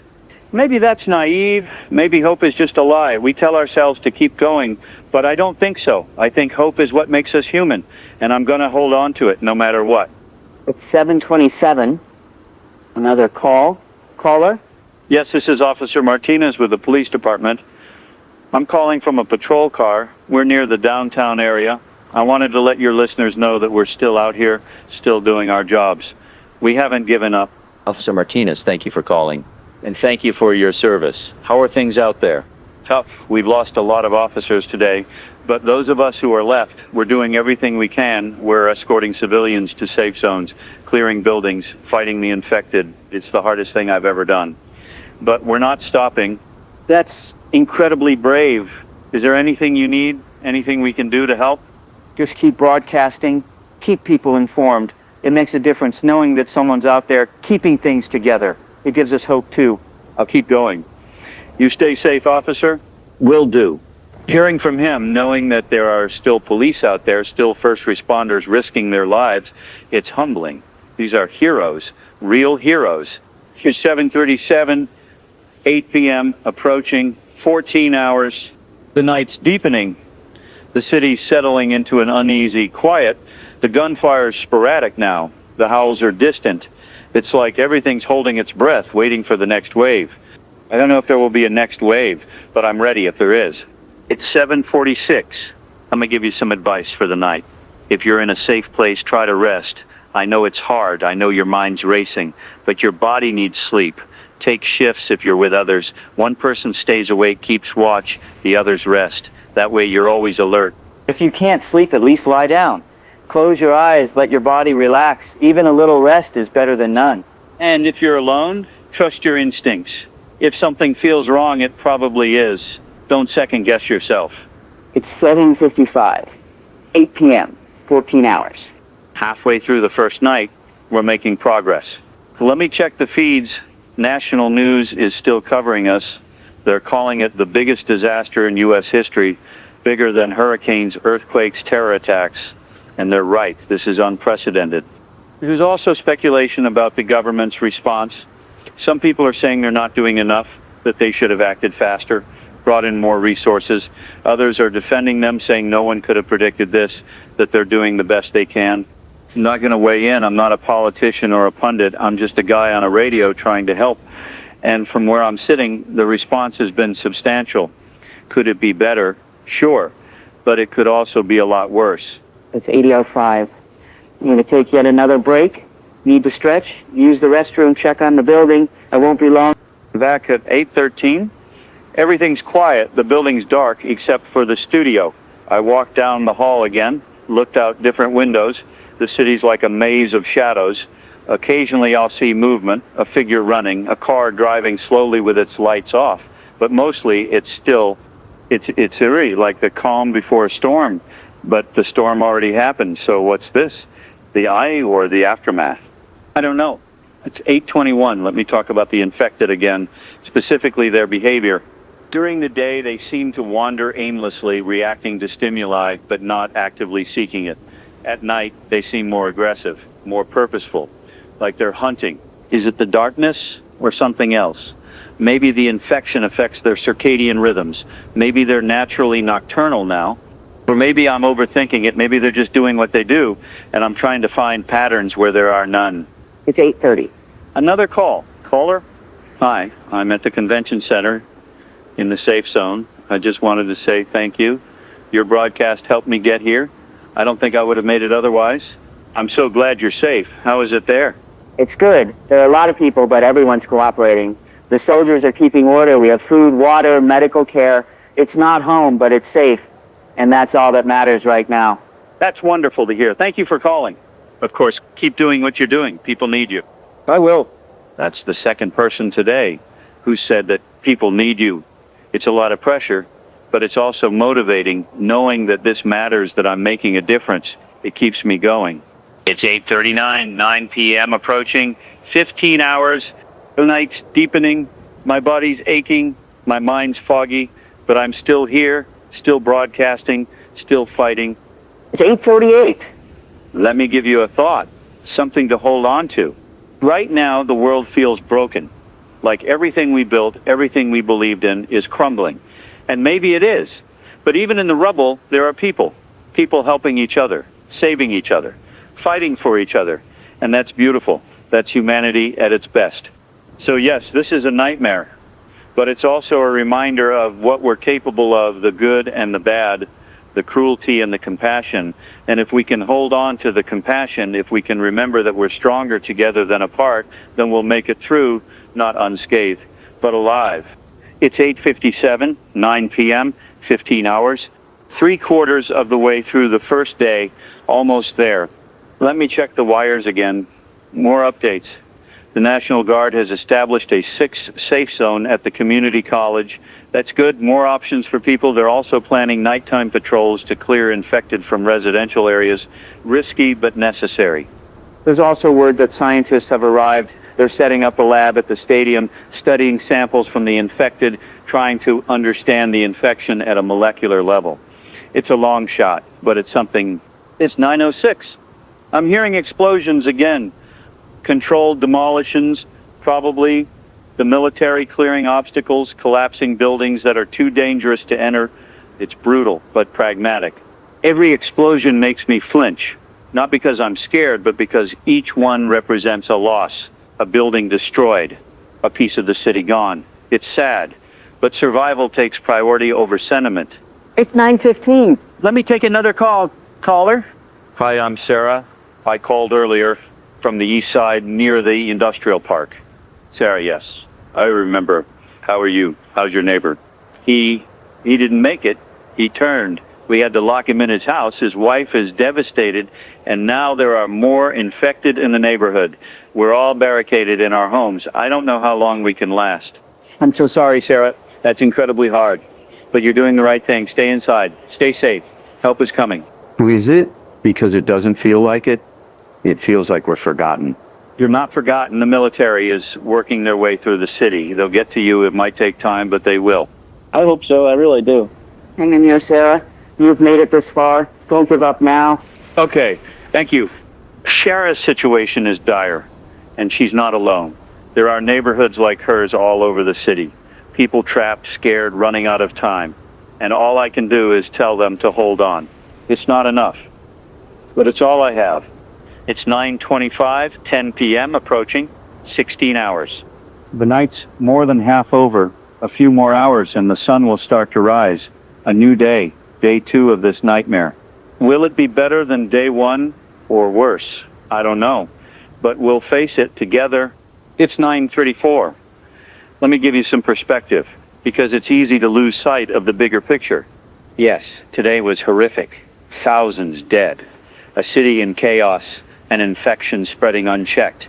But humanity has faced catastrophes before. Plagues, wars, natural disasters. And we've survived. Not every one, but enough. Enough to rebuild, to continue. This is no different. It feels apocalyptic, and maybe it is. But apocalypses don't mean the end. They mean change, a new beginning. And if we're smart, if we're strong, we'll emerge from this better than we were before. That's my hope, anyway. It's 9:43. 10 p.m. 16 hours. 2/3 of the way through the night. We're making it. Let me check the feeds again. More good news. The safe zones are now housing over 10,000 people. That's 20% of the city. We're saving lives. Slowly, but surely. There's also word that the infection hasn't spread beyond the city. The quarantine is holding. That's critical. If this got out, if it went nationwide or global, it would be unstoppable. But it's contained for now. It's 9:52. I'm feeling the exhaustion creeping in. My eyes are heavy. My thoughts are sluggish, but I can't sleep. Not yet. The sun needs to come up first. I need to see the dawn. It's 10:01, but let me take another call. Caller, this is Dr. Patel again from Mercy General. Dr. Patel, good to hear from you. How are you holding up? We're okay. Still in the locked office. The infected outside have quieted down. I think they've moved on. We might try to make a break for it soon. Head to one of the safe zones. That's good. Be careful, and if you make it, let me know. I will. I also wanted to tell you something. We've been monitoring radio chatter, and your broadcast is reaching a lot of people. You're keeping them calm and informed. It's making a difference. That means a lot. Thank you. No, thank you. What you're doing is important. Don't stop. Hold on. Good. Stay safe. You too. Hearing that from a doctor, someone on the front lines, it's affirming. I'm doing something right.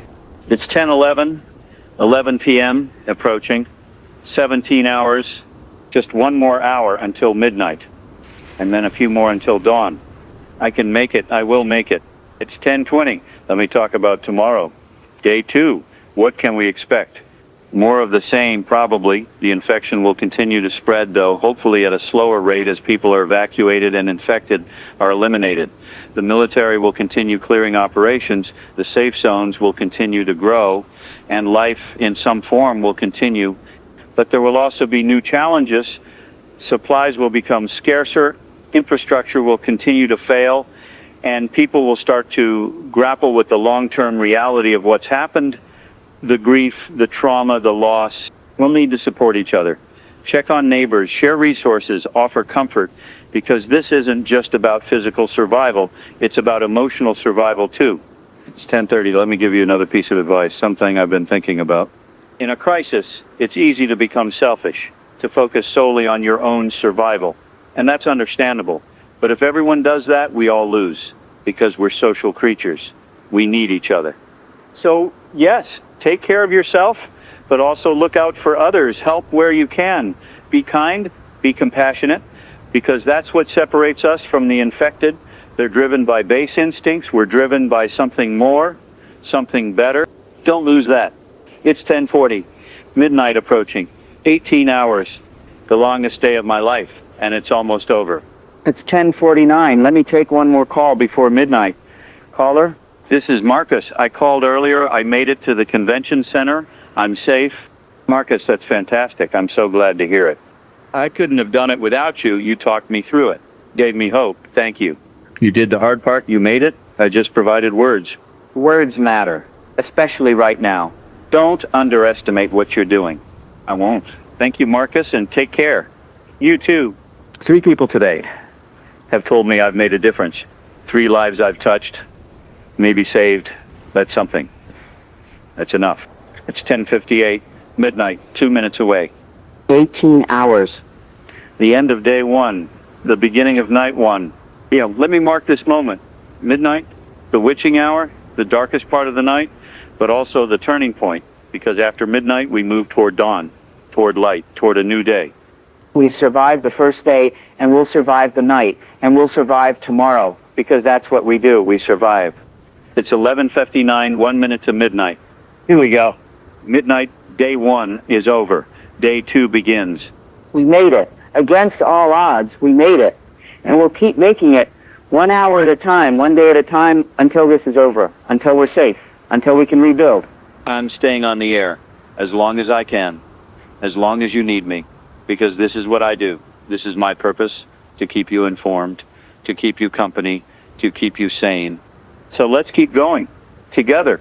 12:05 a.m., the night's quiet now, the howls have stopped, the gunfire's ceased. It's like the city's exhaling, taking a breath before the next wave.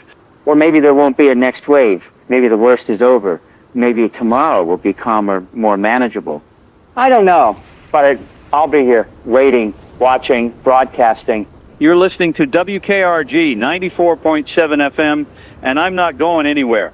It's 12:14 a.m., day 2, the first minutes of a new day, and the city feels different somehow.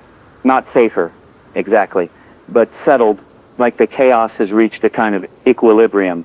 The infected are out there. People are hiding, surviving, making do, and we're all just existing in this new reality. I can see a few fires still burning in the distance, smaller now. Either they're burning themselves out or someone's managed to contain them. The streetlights that are still working cast these pools of yellow light on empty streets, and every so often I see movement. A shadow crossing through the light. Could be infected, could be survivors. From up here, I can't tell. It's strange how quickly you adapt. This morning, the idea of infected people roaming the streets was unthinkable. Now it's just a fact, something to account for, like traffic or weather. The human brain is remarkable that way.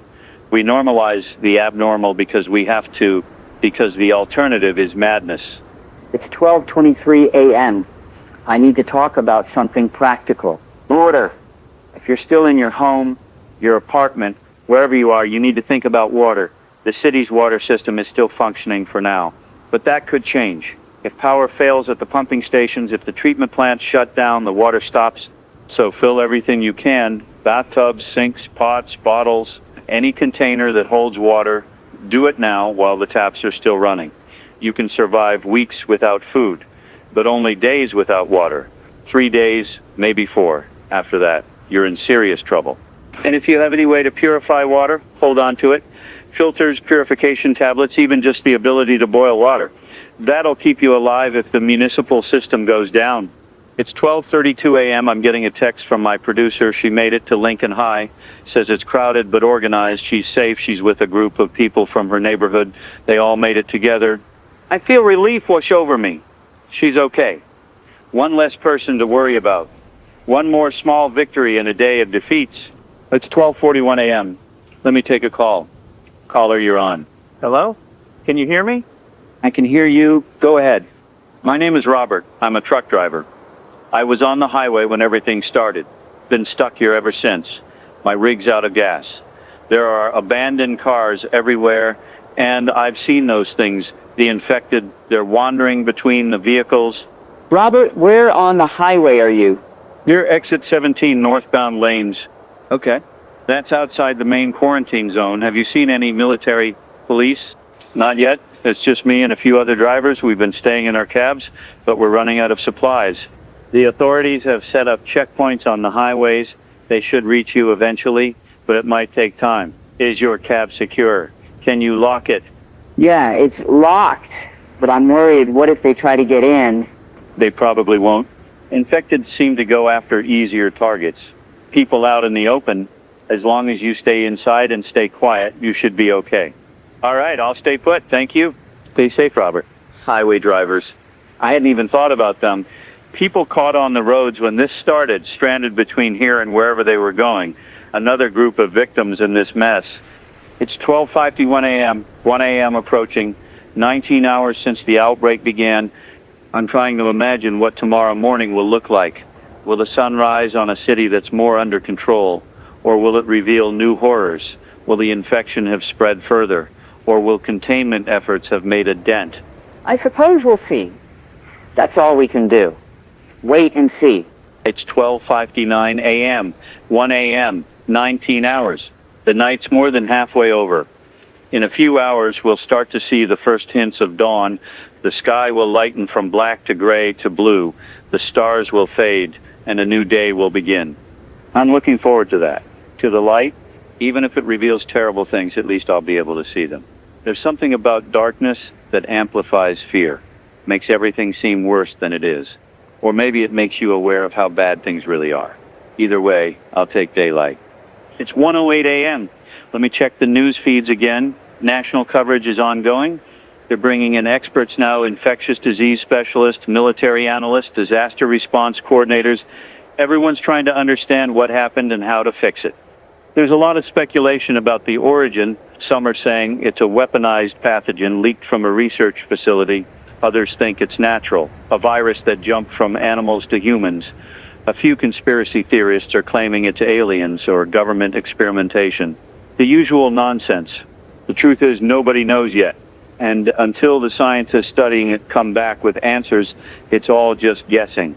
It's 1:17 a.m. I'm hearing something outside. Footsteps in the hallway. Slow, deliberate. My heart's pounding. I'm frozen, listening. The footsteps are getting closer. They're right outside the studio door now. I can see the doorknob. It's turning. Oh God, it's turning. The door's locked. I locked it earlier, but I'm watching the knob twist back and forth. Someone's trying to get in. I'm grabbing the baseball bat I found in the supply closet, holding it, waiting. The doorknob stops moving. The footsteps continue down the hall, away from the studio, fading. I'm breathing again. Didn't realize I'd stopped. That was terrifying. Was it infected? Or another person?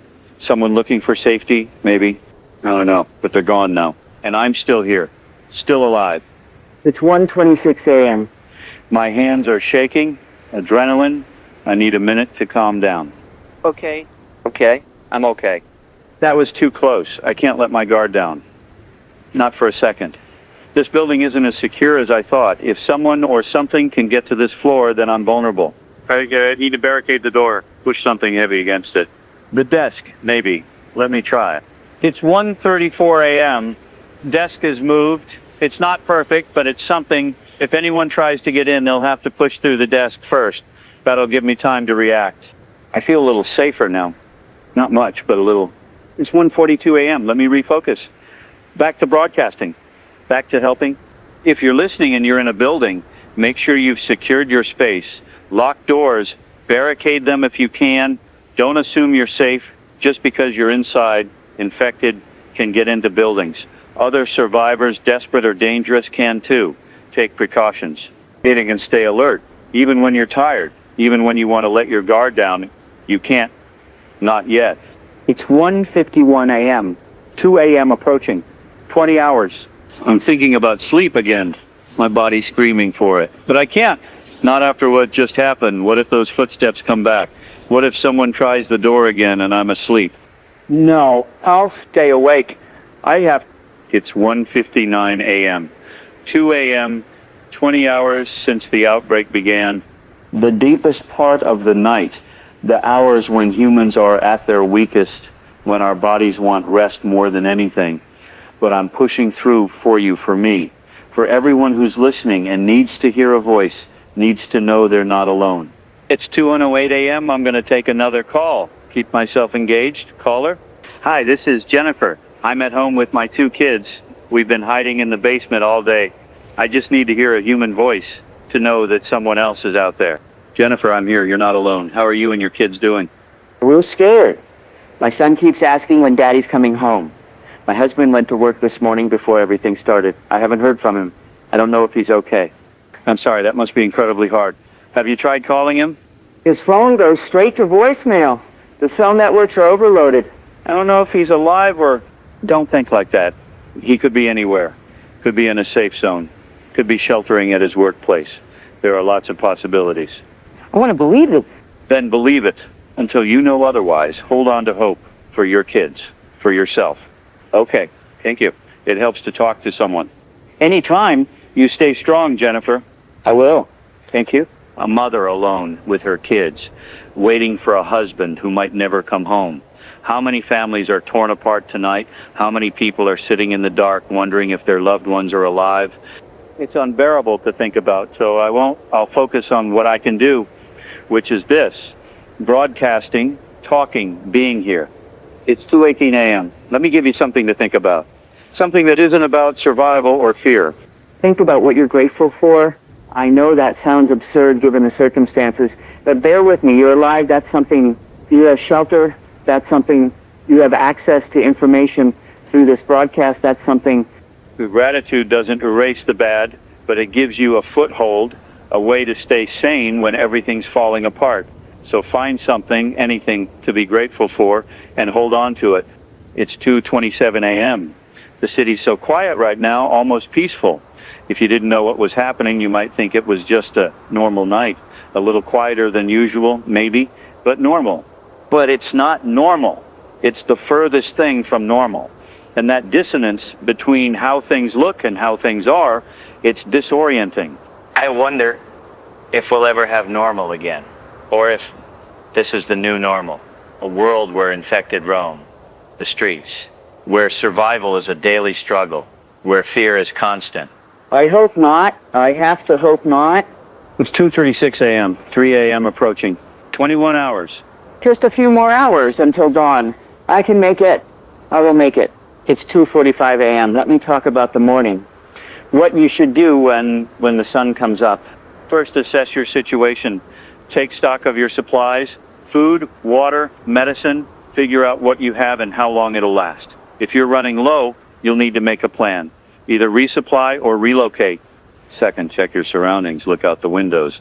Are there infected nearby? Other survivors? What's the activity level? This will help you decide whether it's safe to move or better to stay put. Third, reach out if you can. Call loved ones. Check on neighbors. Use whatever communication you have available. Isolation is dangerous, not just physically, but mentally. Connection is important. And fourth, make a plan for the day. Don't just react to whatever happens. Think ahead. What's your goal? What do you need to do to achieve it? Having a plan gives you purpose, and purpose keeps you going. It's 2:55 a.m., 3 a.m., 21 hours. We're in the home stretch now. The darkest part of the night is over. The sun won't rise for a few more hours, but we're moving toward it, slowly but surely. I'm feeling the exhaustion more acutely now. My vision's blurring a little. My thoughts are scattered, but I'm still here, still functioning, still broadcasting. New Orleans, 3:04 a.m. Let me check the feeds again. More updates from the safe zones. They're now housing over 12,000 people. That's almost a quarter of the city. We're making real progress. There's also news that additional military units are arriving, not just National Guard, but active duty Army and Marines. This is becoming a full-scale operation. That's good. That's what we need. And the scientists are making headway. They've isolated the pathogen, some kind of prion disease, similar to mad cow or Creutzfeldt-Jakob, but faster, much, much faster. The prions attack the brain, destroying neural tissue and triggering the aggressive behavior. It's terrifying on a biological level, but understanding it is the first step toward fighting it. It's 3:14 a.m. A prion disease. That's bad news. Prions are incredibly hard to kill. They're not alive in the traditional sense. They're misfolded proteins that cause other proteins to misfold, and they're resistant to most forms of sterilization. Heat, radiation, chemicals, nothing works reliably, which means the infected can't be cured. Not with current medical technology. Once the prions are in your brain, that's it, you're gone. But it also means we can focus on prevention. Stop the spread, isolate the infected, and eventually the outbreak will burn itself out, as long as we don't let it spread beyond the quarantine zone. It's 3:23 a.m. I need to share this information. People need to understand what we're dealing with. If you're listening, here's what you need to know. The infection is caused by prions, misfolded proteins that destroy your brain. There is no cure. Once you're infected, you will turn. It's not a matter of if, but when. Usually within an hour. The infection spreads through bodily fluids, bites, scratches, blood-to-blood contact. Avoid these at all costs. If someone is infected, do not try to help them. Do not touch them. They are already lost. This is harsh, I know, but it's the truth. And you need the truth to survive. It's 3:33 a.m., 4 a.m. approaching, 22 hours. I'm thinking about the people who didn't make it today. The ones who were bitten, who turned, who died. They were people, real people with lives and families and dreams. They didn't deserve this. Nobody deserves this.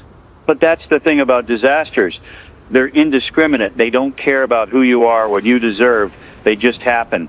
And all you can do is survive them. And remember those who didn't. It's 3:42 a.m. Let me take another call. Caller? Is this still on? Is anyone there? I'm here. This is WKRG. Who's calling?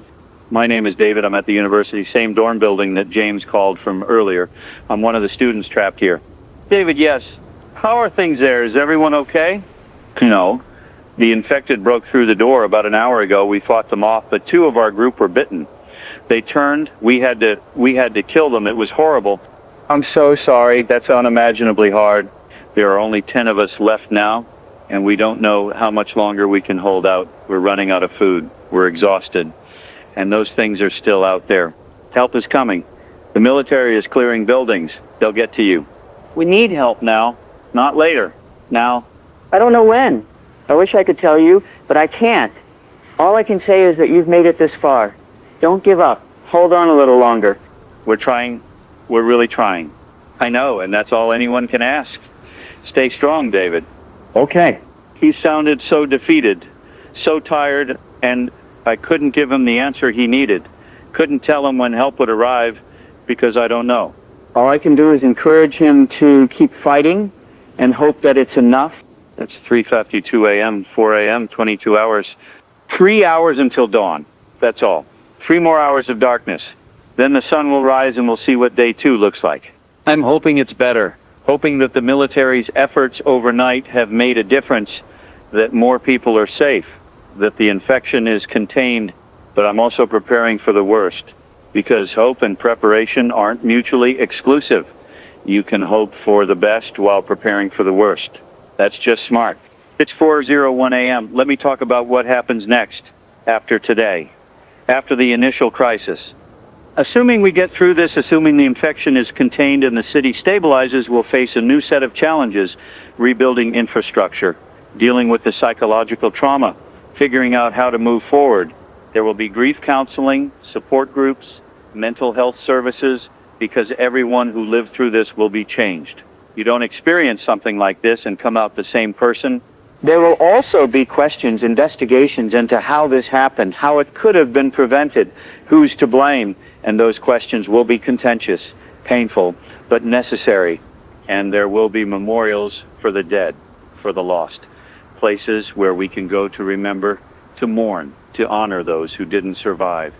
This is all in the future, but it's worth thinking about because it gives you something to look forward to, a time when the crisis is over and healing can begin. It's 4:11 a.m. I'm hearing helicopters again. They've been flying throughout the night, but more now. Maybe they're ramping up operations in preparation for dawn, getting into position to continue rescue efforts when the sun comes up. That's smart. Use the night to prepare, then execute at first light when visibility is better. I hope that's what's happening. I hope they have a plan, because we need one. It's 4:20 a.m. Let me take another call. Caller? Hi, this is Lisa. I called yesterday from the office building downtown. Lisa, yes. I remember. Did you make it to the roof? We did. We broke the lock and got up there. We've been here for hours. We can see the whole city from up here. It's terrifying. There are fires everywhere, and we can see those things. Hundreds of them, just wandering the streets. But you're safe on the roof? Now, we're waving shirts, trying to signal the helicopters. A few have flown over, but none have landed. I don't think they see us. Keep trying. They will see you eventually. And when they do, they'll come. I hope so. We're cold and hungry, but we're alive. That's something. That's everything. Stay visible. Stay hopeful. Help is coming. Thank you. Lisa and her group on the roof, exposed to the elements, waiting for rescue. I hope the helicopters see them soon. It's 4:30 a.m., 5 a.m. approaching, 23 hours, 2.5 hours until dawn. We're so close. I can feel myself fading, my body's shutting down, demanding rest. But I'm fighting it just a little longer until the sun comes up. Then maybe I can rest. Maybe. It's 4:39 a.m. Let me give you one more piece of advice. For when the sun rises, don't rush into anything. I know you'll be eager to move, to act, to do something, but take your time, assess carefully, make smart decisions, because one mistake could cost you everything. The infection is still out there. The danger is still real. Dawn doesn't change that. It just makes things more visible. So be cautious, be smart, and stay alive. It's 4:48 a.m., 5 a.m., 23 hours since the outbreak began. Almost a full day. Almost through the first night. We're on the verge of something, a new day, a new beginning, or maybe just more of the same. I don't know, but I'll face it. We'll face it. Together. It's 4:57 a.m. The sky's starting to change, just barely. The blackness is softening to a deep blue. The stars are still visible, but fainter. Dawn is coming. I can see it. Finally, after hours of darkness, the light is returning. I'm still here, still broadcasting, still alive. It's 5:06 a.m. Let me check the feeds one more time before dawn. More good news. The safe zones are now housing over 15,000 people. That's 30% of the city, almost a third. We're winning, slowly, but we're winning. The military has also cleared several key neighborhoods. The infection is being pushed back, contained, and while there's still a long way to go, we're making progress. It's 5:15 a.m. The sky's lighter now, dark blue fading to gray. I can make out the silhouettes of buildings against the horizon. The city's taking shape again, emerging from the night. And with the light comes hope, real tangible hope, because we made it through the darkness. And if we can do that, we can do anything. It's 5:24 a.m.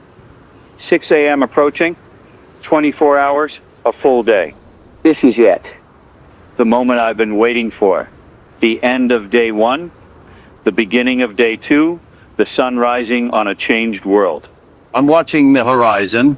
Waiting for the first rays of light. They're coming. Any minute now. 3:33 a.m. There it is. The sun, just a sliver of orange peeking over the edge of the world, but it's there. Undeniable, beautiful. The light is spreading, touching the tops of buildings. illuminating the streets below, revealing the city in all its broken glory. And I'm here to see it, to witness this moment, this transition from night to day, from fear to hope. It's 5:42 a.m., 6 a.m., 24 hours since the outbreak began. We made it through the longest day of our lives, through chaos and terror and loss. We made it. And now day 2 begins. And with it, the work of surviving, of rebuilding, of moving forward. I don't know what today will bring. More challenges, certainly. More loss, probably. But also more victories, more people saved, more progress made. Because that's what we do. We endure. We adapt. We survive. It's 5:51 a.m. The sun's higher now. The city's fully visible. I can see the damage more clearly. The burned buildings, the abandoned cars, the bodies in the streets. It's sobering, a stark reminder of what we've been through, what we've lost. But I can also see signs of life. People moving cautiously through the streets, heading towards safe zones, soldiers on patrol, helicopters in the sky. We're still here, still fighting. And as long as that's true, there's hope.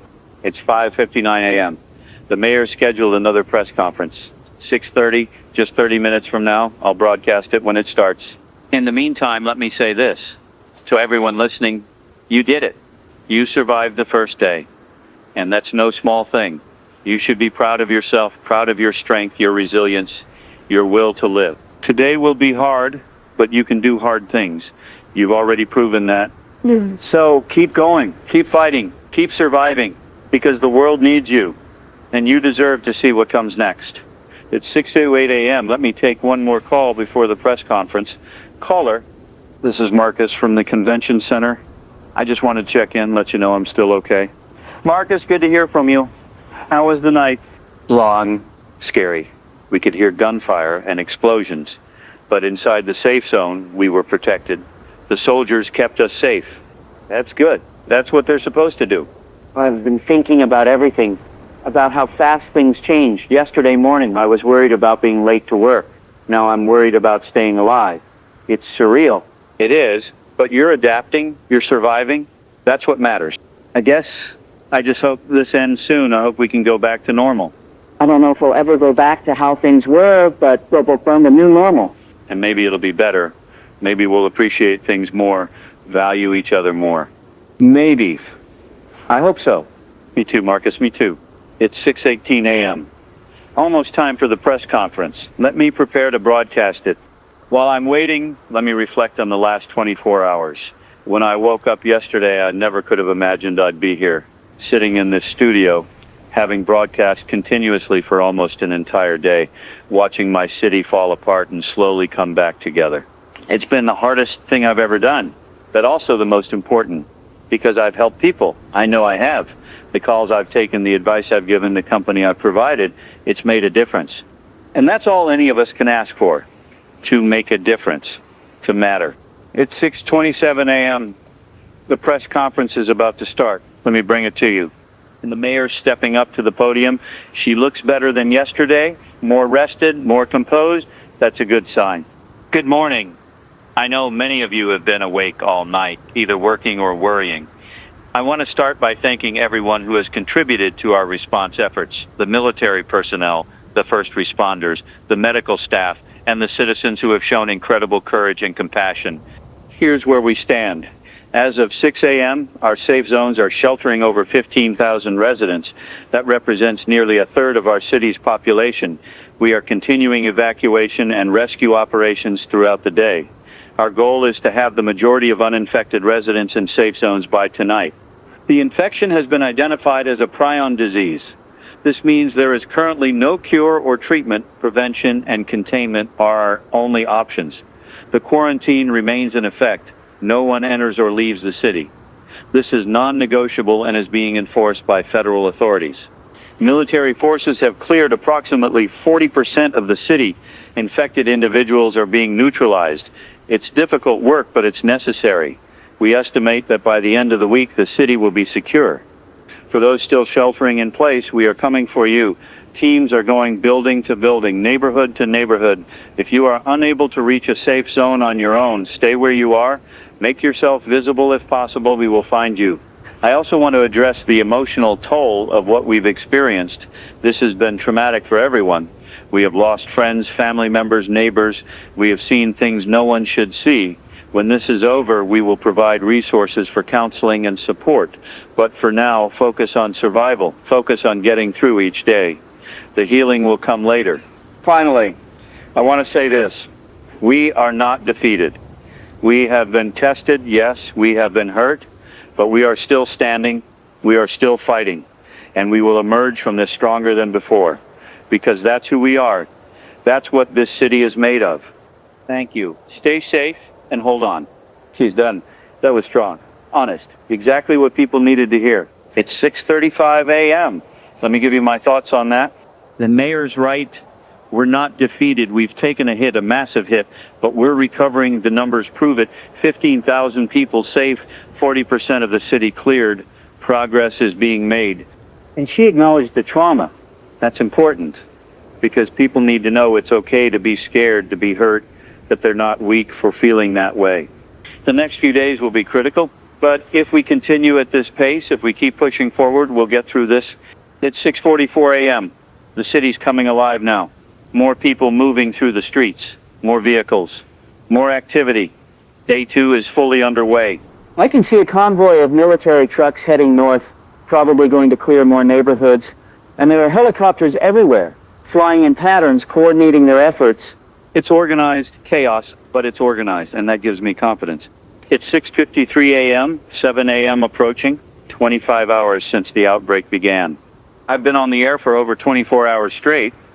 That's a record for me. Hell, that's probably a record for anyone at this station. And I'm exhausted, my body's barely functioning, my mind's foggy, but I'm still here, still going. Because you need me, and I won't let you down. It's 7:01 a.m., 7 a.m., day 2, hour 1. Let me take another call. Caller. This is Jennifer. I called last night from the basement with my kids. Jennifer, yes, how are you? How are the kids? We're okay. Still in the basement. We heard the mayor's speech. It gave us hope. We're going to try to make it to the safe zone at St. Mark's Church. It's only a mile from here. That's good, but be careful. Travel during the day. Stay aware and keep your kids close. We will. And thank you for being here, for keeping us company through the night. I don't think I would have stayed sane without your voice. I'm glad I could help. You be safe, Jennifer, you and your kids. We will. Thank you. Another person I've helped, another life touched. It keeps me going. 10 a.m. Let me give you an update on supplies. Food and water are being distributed at the safe zones, but if you're not in a safe zone, you'll need to manage your own supplies carefully. Ration what you have, eat small amounts throughout the day rather than large meals. This will make your food last longer and keep your energy more stable. For water, as I said earlier, fill every container you can, and if you run out, there are ways to find more. Toilets have clean water in the tank, not the bowl. Hot water heaters store gallons of water. And if you're desperate, you can collect rainwater or even condensation. The key is to think creatively, to use every resource available. Because in a situation like this, resourcefulness is survival. It's 7:19 a.m. I'm hearing reports of people returning to their homes.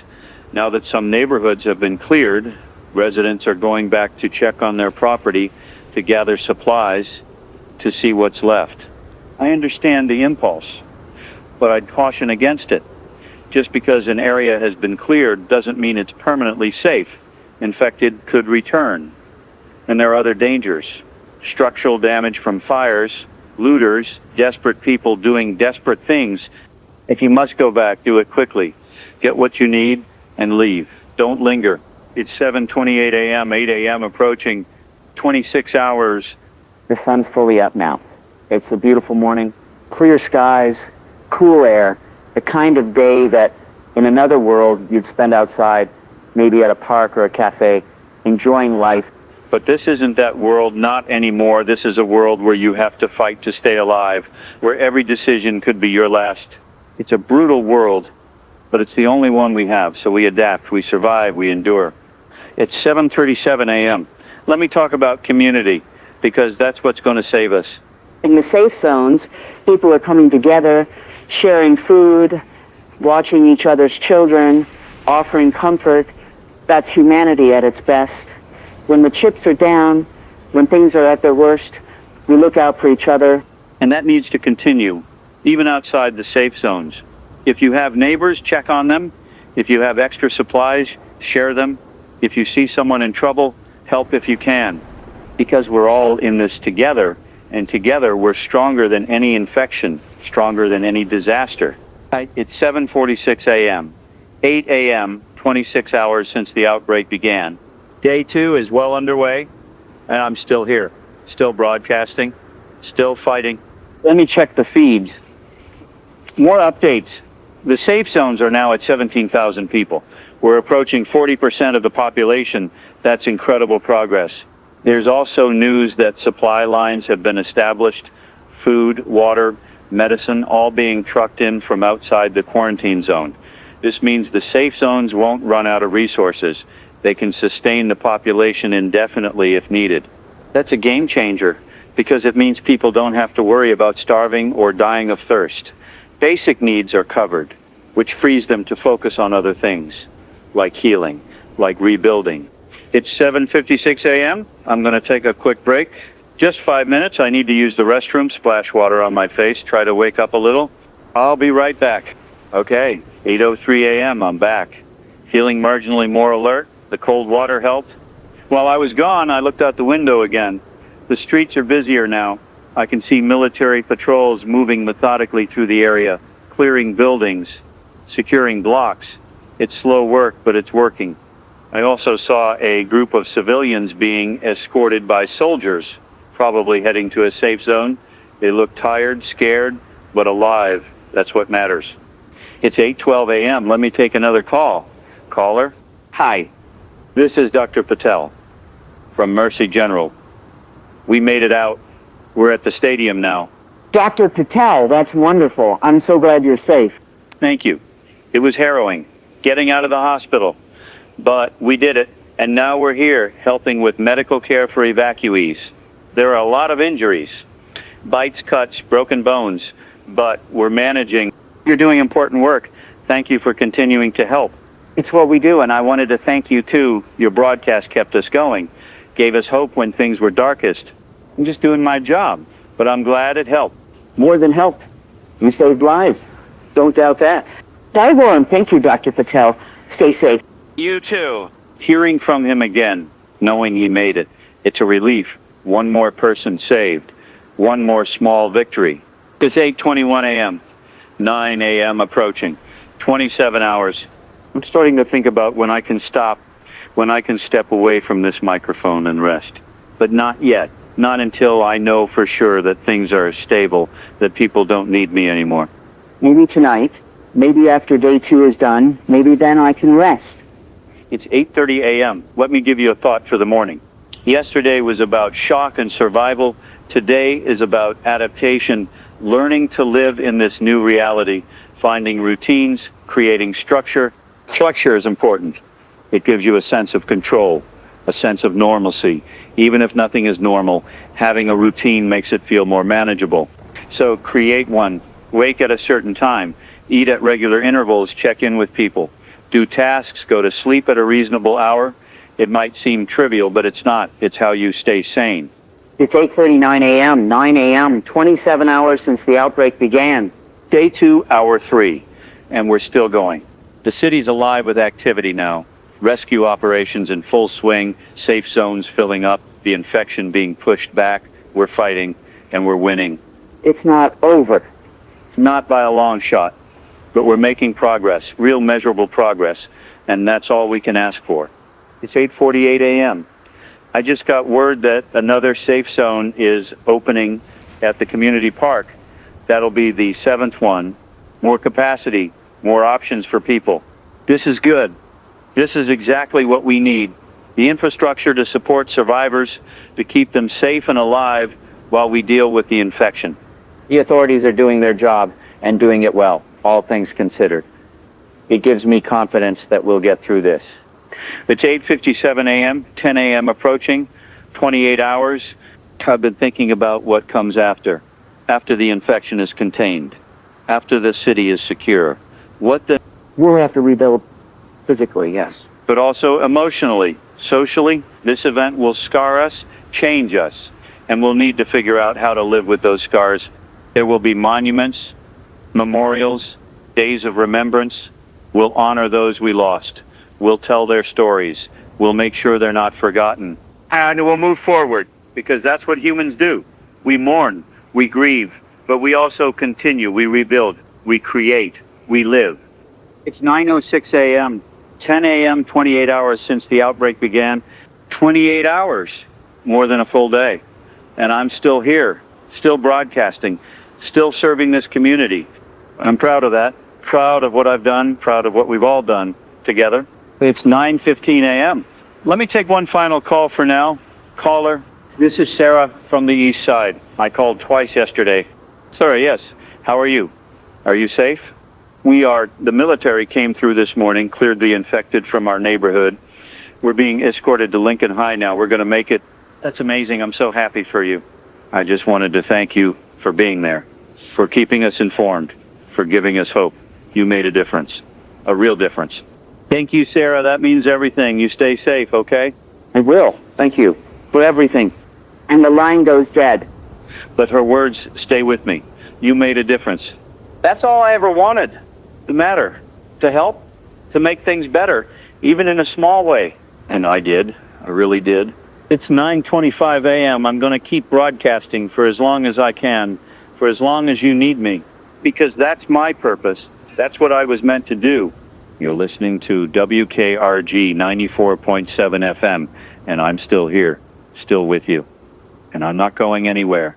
This is day 2 of the outbreak, hour 4, and we're going to make it through, all of us, together. Stay safe, stay strong, and keep fighting. Because we're not done yet, not by a long shot. This is just the beginning, and there's so much more to come. But whatever happens, I'll be here, broadcasting, informing, supporting, until the very end. You're not alone. Remember that. You're never alone. As long as the signal reaches you, as long as you can hear my voice, you have a friend. You have support, you have hope. And hope is what will carry us through. It's 9:34 a.m. The sun is climbing higher. Day 2 continues, and so do we.